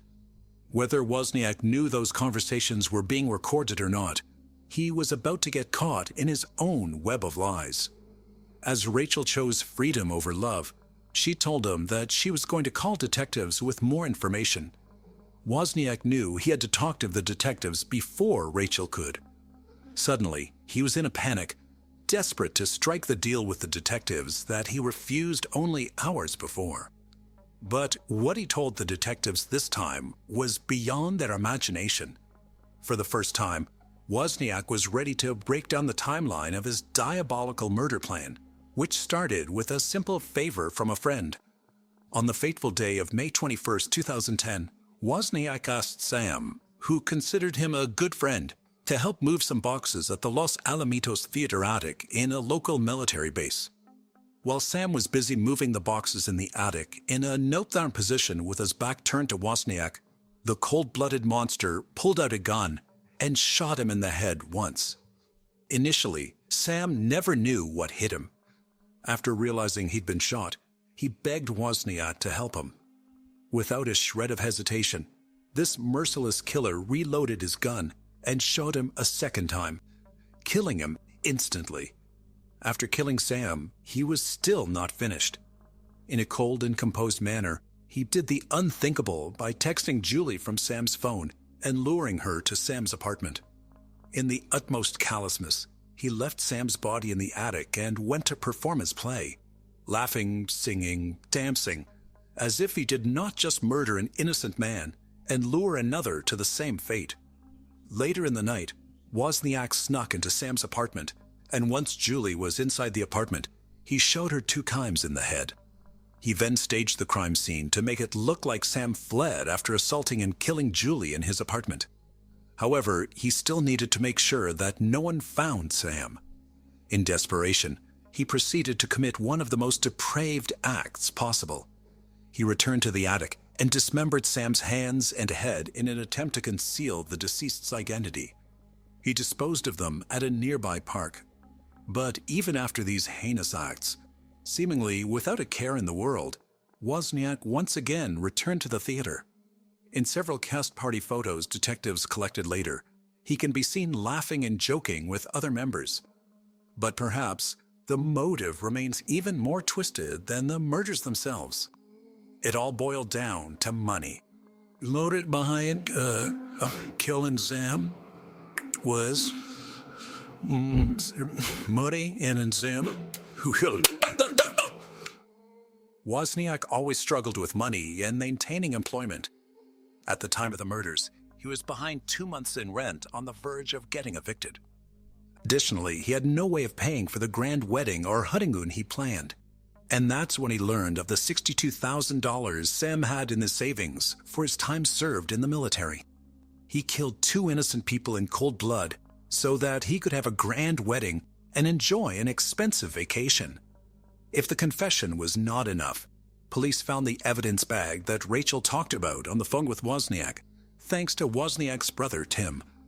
Tim had instructions to get rid of the bag, but he instead threw it over the fence at his parents' house. That backpack was filled with incriminating evidence, including Sam Hare's financial details, passport, his bloody clothes, and, most damning of all, the murder weapon. Wozniak's DNA was all over the items, suggesting that he, and he alone committed the double homicide. There was a cornucopia of others, the DNA, expenditure cases, the victim's financial information, everything a prosecutor could ever warrant, and of course that also led us to the murder weapon himself. On December 16, 2015, at the end of his trial, which lasted just 5 days, Wozniak was found guilty of 2 counts of first-degree murder. On January the 11th, 2016, after only 1 hour of deliberation, in what's described as one of the shortest death penalty deliberations, the jury recommended the death penalty to a very deserving Daniel Wozniak. On September 23, 2016, the judge sentenced him to death. It seemed like there was no end of deception in this case. Detectives discovered years later that Wozniak's former fiancée, Rachel Buffett, not only knew about the murder plots, but she'd been deceptive to the detectives. Though she denied all these allegations, she was arrested and charged with 3 felony counts of accessory after the fact, based on allegations that she'd lied multiple times to police investigators. On September 12, 2018, she was convicted on 2 of those counts with a maximum possible sentence of 44 months, and on November 8, 2018, was sentenced to 32 months behind bars. She was released from jail sometime in 2019. Life snatched away from 2 innocent people. Life destroyed for their family members. And all of this, just so one maniac could have his dream honeymoon. The only closure that the families can get from this is that this monster is spending his last days where he can't hurt anybody else. Today, we'll be exploring one of the most southern states in America, Mississippi. This state is rich in amazing places, such as the Vicksburg National Military Park, a Civil War battle site, Biloxi Beach, a perfect spot for coastal relaxation. Animal lovers will definitely appreciate the Marine Mammal Studies Institute. History and architecture enthusiasts will be captivated by the town of Melrose, which boasts many stunningly beautiful homes. And undoubtedly, the Biloxi Lighthouse is an excellent place for photography. But the brightest star of the state is, of course, the renowned University of Mississippi, commonly known as Ole Miss, where our story unfolds. During the summer, when academic activities on the university campus come to an end, it becomes especially quiet. The few students who remain over the summer attend extra lectures during the day or prepare on their own for the next academic year, and in the evening, they invariably visit local bars and nightclubs. Among these students was Ellie Kostiel. She was an upperclassman and stayed on campus over the summer to improve her knowledge in certain subjects. Recently, she passed an important exam for her class, Introduction to Retail, at summer school, and was planning to celebrate this with her friends. A small bar with pizza and daiquiris on Oxford Square is particularly popular among the youth, so it's always filled with people and resembles an eternal party. The dim light, loud music, and a rainbow selection of various drinks make it a place where bartenders know many of the customers by name. On the evening of July 19th, Ellie Kostiel met up with friends at this bar. They talked and had fun, but Ellie seemed tense and spent the whole evening messaging someone on her phone. Then she had a couple of cocktails and discreetly left. This was one of the last places where Ole Miss student Ellie Kostiel was seen in public. On July 20th, 2019, around 10:30 a.m. during their routine patrol, police officers discovered the body of a young woman.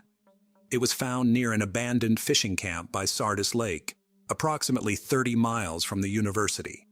At the scene, the victim was found with 9 gunshot wounds to her back. Investigators collected 11 shell casings at the scene. A purse containing a driver's license and a student ID belonging to 21-year-old Alexandria Kostiel, a University of Mississippi student, was found nearby on the roadside.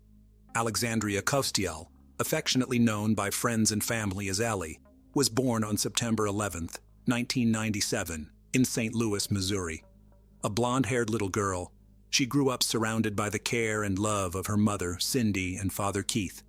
Her parents supported all her endeavors in learning new things. Ellie excelled academically and in sports, participating in track and field and golf.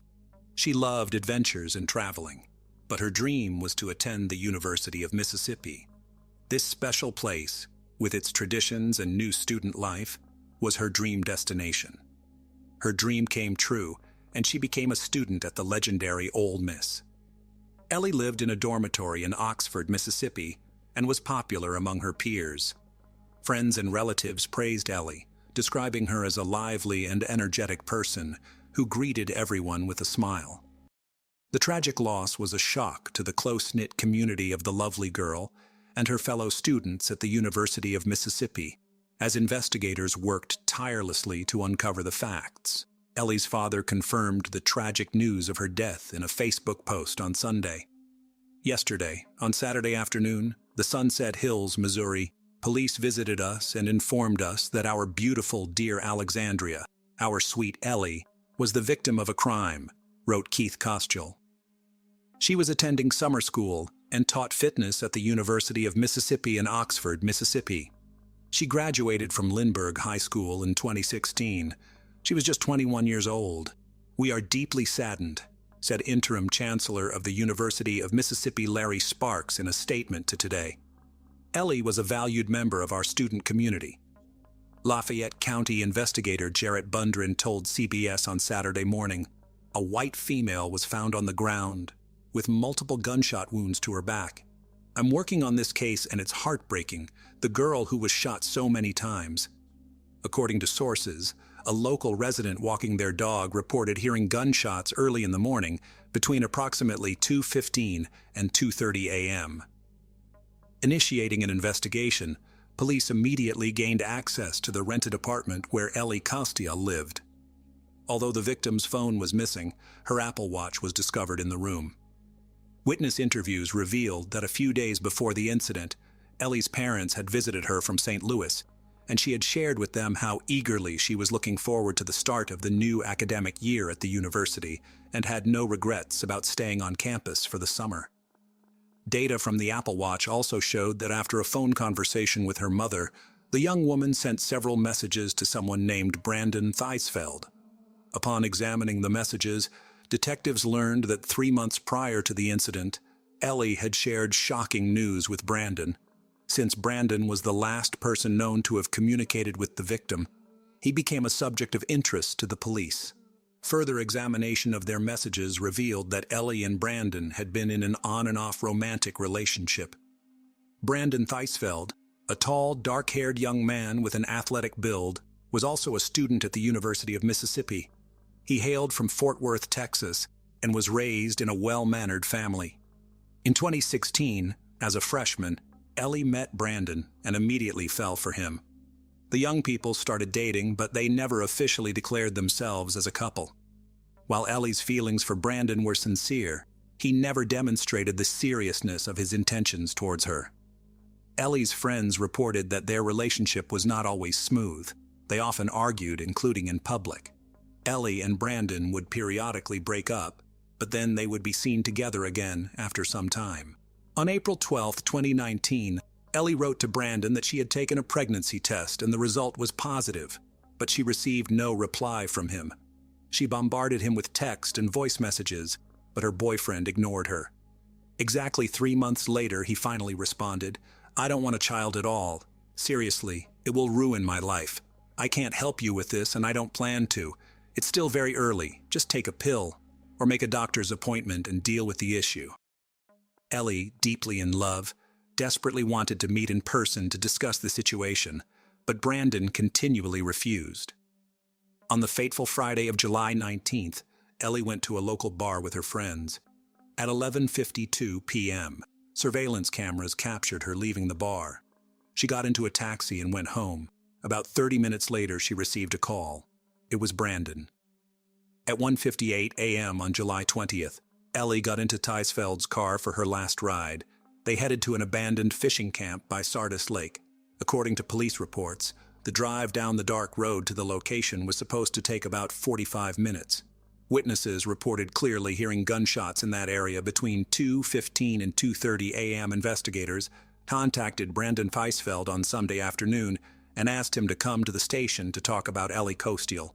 He found some convincing reasons to avoid coming, but assured the detectives he would meet them on Monday at 8:30 a.m. on Monday, July 22, 2019, After Brandon Feisfeld failed to appear at the police station, investigators began to track his phone. Location data showed that Brandon was heading to his home in Fort Worth, Texas.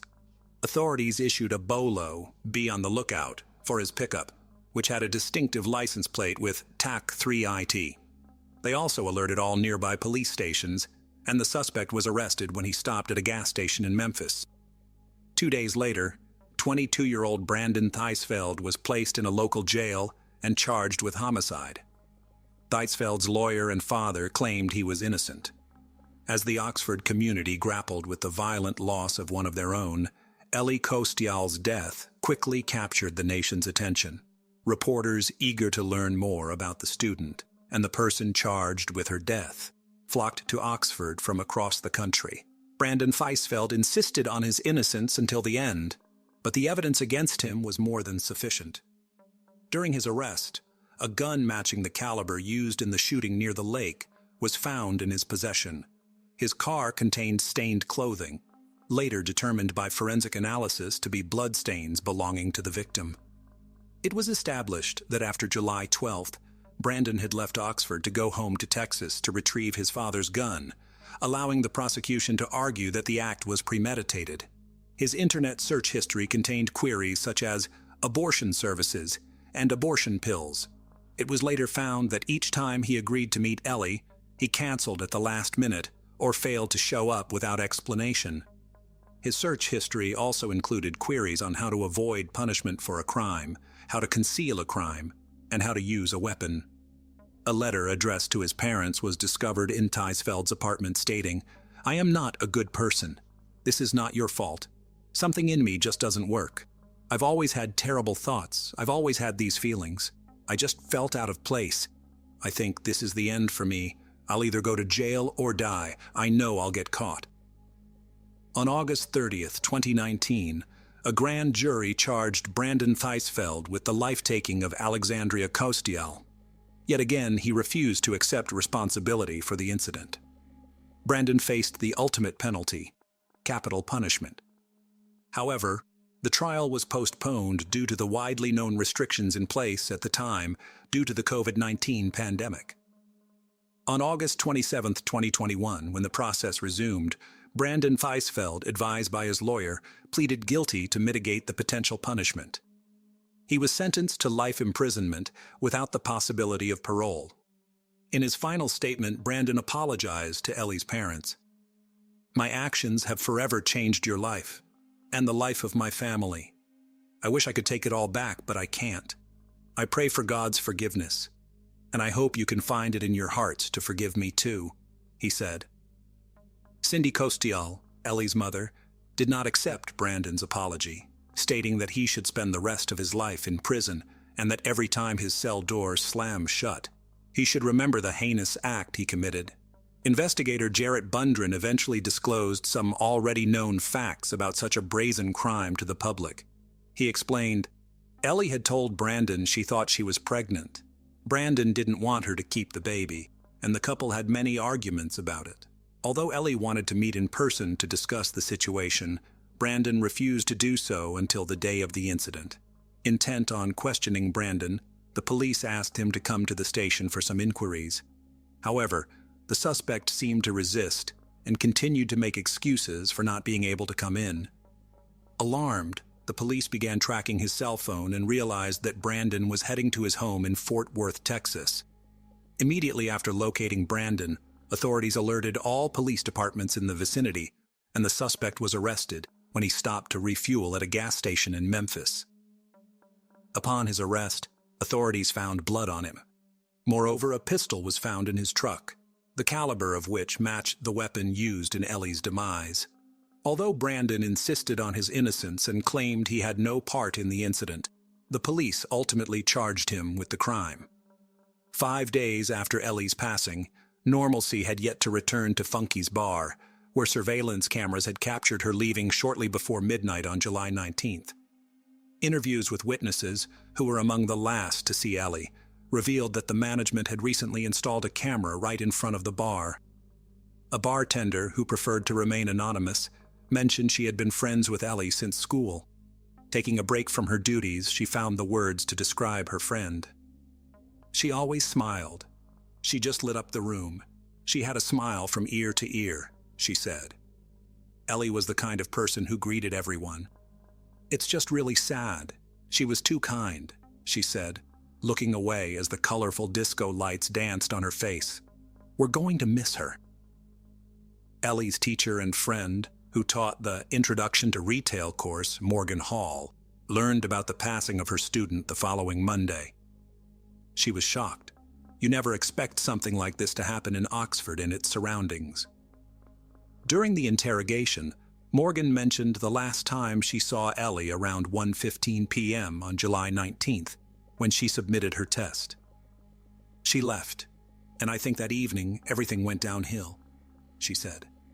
Ellie was a sweet girl, very quiet, and I liked having her in class, Morgan stated. After hearing about the student's demise, Morgan immediately went to the administrators to figure out the best way to deal with the situation. According to her, the university had students involved in suicides and fatal accidents, but this was something new. Morgan Hall briefly mentioned Ellie's passing in class. Counselors were ready to assist and were available on campus during that period. Anyone who wanted to postpone their final exams for a few days could do so if they needed time to grieve. My heart goes out to her parents and all her friends, she said. Parents shouldn't have to bury their children. That's not how it's supposed to work. As it turned out, Ellie Kostiel, in her need for support, had told friends that she was pregnant with Brandon Theisfeld's child. Her sisters knew she was pregnant and that she had told Brandon, said a classmate. He was very upset about it, about how it would ruin his life and future. He was angry that she wouldn't have an abortion. She said, "No, I don't believe in that." Another friend mentioned Ellie tried to end her pregnancy through unhealthy methods, like long walks, drinking a lot, and using forbidden substances. She was 17 weeks along. She was struggling with it. Brandon knew about it, but he was seeing someone else. He wanted her to end the pregnancy. I think morally she didn't want to, said Ellie's close friends. He was terrible, and then she would break up with him. Or he would break up with her in anger, and then come back to her saying, I'm sorry. And she always took him back. Ellie Kostial's shocked friends and classmates struggled to cope with the news and paid tribute to their friend on social media. It's just hard for me because when I see her face, all I can think about is what she went through, what she thought, what she said her friend Anna Pasco. It's very, very difficult. On Twitter, one of Ellie's classmates wrote on July 23rd that for years, they had to listen to Ellie and discuss in detail the issues between her and Brandon. He pursued her for many years, using her for his own interests during that time. I spent countless nights holding Ellie, wiping her tears as she cried over this monster for many years, said the now deleted post. You deserve hell, a disgusting excuse for a person. Rex Ravita, a former dorm neighbor of Theisfeld's, shared in an interview that the 22-year-old was a daddy's boy, who said he had been seeing Ellie Kostial off and on for many years, just for the sake of not being bored. I genuinely believe he emotionally manipulated her into believing he loved her just as she did him, and I think he kept her on the hook until the very last second, said Ravita. Ole Miss student Rex Ravita, a former dorm neighbor of suspect Brandon Theisfeld, later described the alleged perpetrator as misogynistic and arrogant, stating, I'm not going to sugarcoat it. He was very much a daddy's boy. Always had to mention his father's money, how his dad could get him out of anything. Just that kind of attitude all the time. Any vulgar comment he could make, any crude remark towards anyone in our dorm, he got away with. On Thursday evening in her hometown of St. Louis, a memorial service was held for Ellie Kostiel. At the request of the Kostiels, no public statements were made in Oxford about memorial events. Only black ribbons encircling the majestic white columns of the women's houses, including Alpha Phi where Ellie lived, served as a reminder of the tragedy. The young student's demise unsettled the entire state. Meikle Cunningham, a resident of Oxford, mentioned that the case has caught everyone's attention on campus. This is the biggest news in town since football season for a long time, said Cunningham. It's just terrible. He expressed hope that the case could be resolved soon, so the Costile family could find peace. Despite the deliberate withholding of crucial facts for the sake of investigation confidentiality, some news agencies conducted thorough investigations and reported that surveillance cameras captured Costile on film early Saturday morning, near the location where her body was found. They reported seeing Ellie Costile with a man, who appears to be Theisfeld, at a 24-hour store in the Harmontown area. Arafat Najib, who has owned this store for about 10 years, mentioned that police officers came to the store on Sunday and asked to review the surveillance camera footage. Najib said that the investigators did not explain why they were there and took some evidence with them when they left. According to Najib, video footage is erased every 72 hours, so there's no way to go back and see what the cameras captured. The business owner stated, "We've never had any problems or violent incidents here. This is a small town. It's quiet. Everyone knows each other. This is just madness." The Lafayette County Sheriff's Office long refused to release any additional information about the progress of the investigation or to give interviews to the media. Rocky Kennedy, the Lafayette County coroner, mentioned that there's a reason officials are not saying much. "This isn't a story that everyone will see until it reaches court," he said. "Certain delicate details in this case are tools to ensure that the person who committed this act is brought before court, convicted, serves the appropriate sentence, and is held accountable for what they've done." Kennedy said the media attention on this case has been overwhelming, but it doesn't change the nature of his work. "Every case I handle is important," said the coroner. "I try to give the same attention to every family who's lost someone. They've lost someone they loved." Michelle Miller, also involved in investigating Ellie Costile's case, raised questions about missed warning signs in relationships and whether her demise could have been prevented. Brandon Theisfeld was charged with the crime. He faced the death penalty after being accused of Ellie Costile's demise and alleged abduction. Despite delays caused by the COVID-19 pandemic, justice was served. Eventually, in August 2021, he pleaded guilty to first-degree murder and received a life sentence. Judge Kelly Luther sentenced him to life imprisonment, and he will have the possibility of parole when he turns 65. Brandon Theisfeld is currently incarcerated in the Mississippi State Penitentiary in Sunflower County, Mississippi. At the trial, when the verdict was read, Brandon Theisfeld showed some emotions and sincerely admitted to his involvement in the demise of Ellie Costile.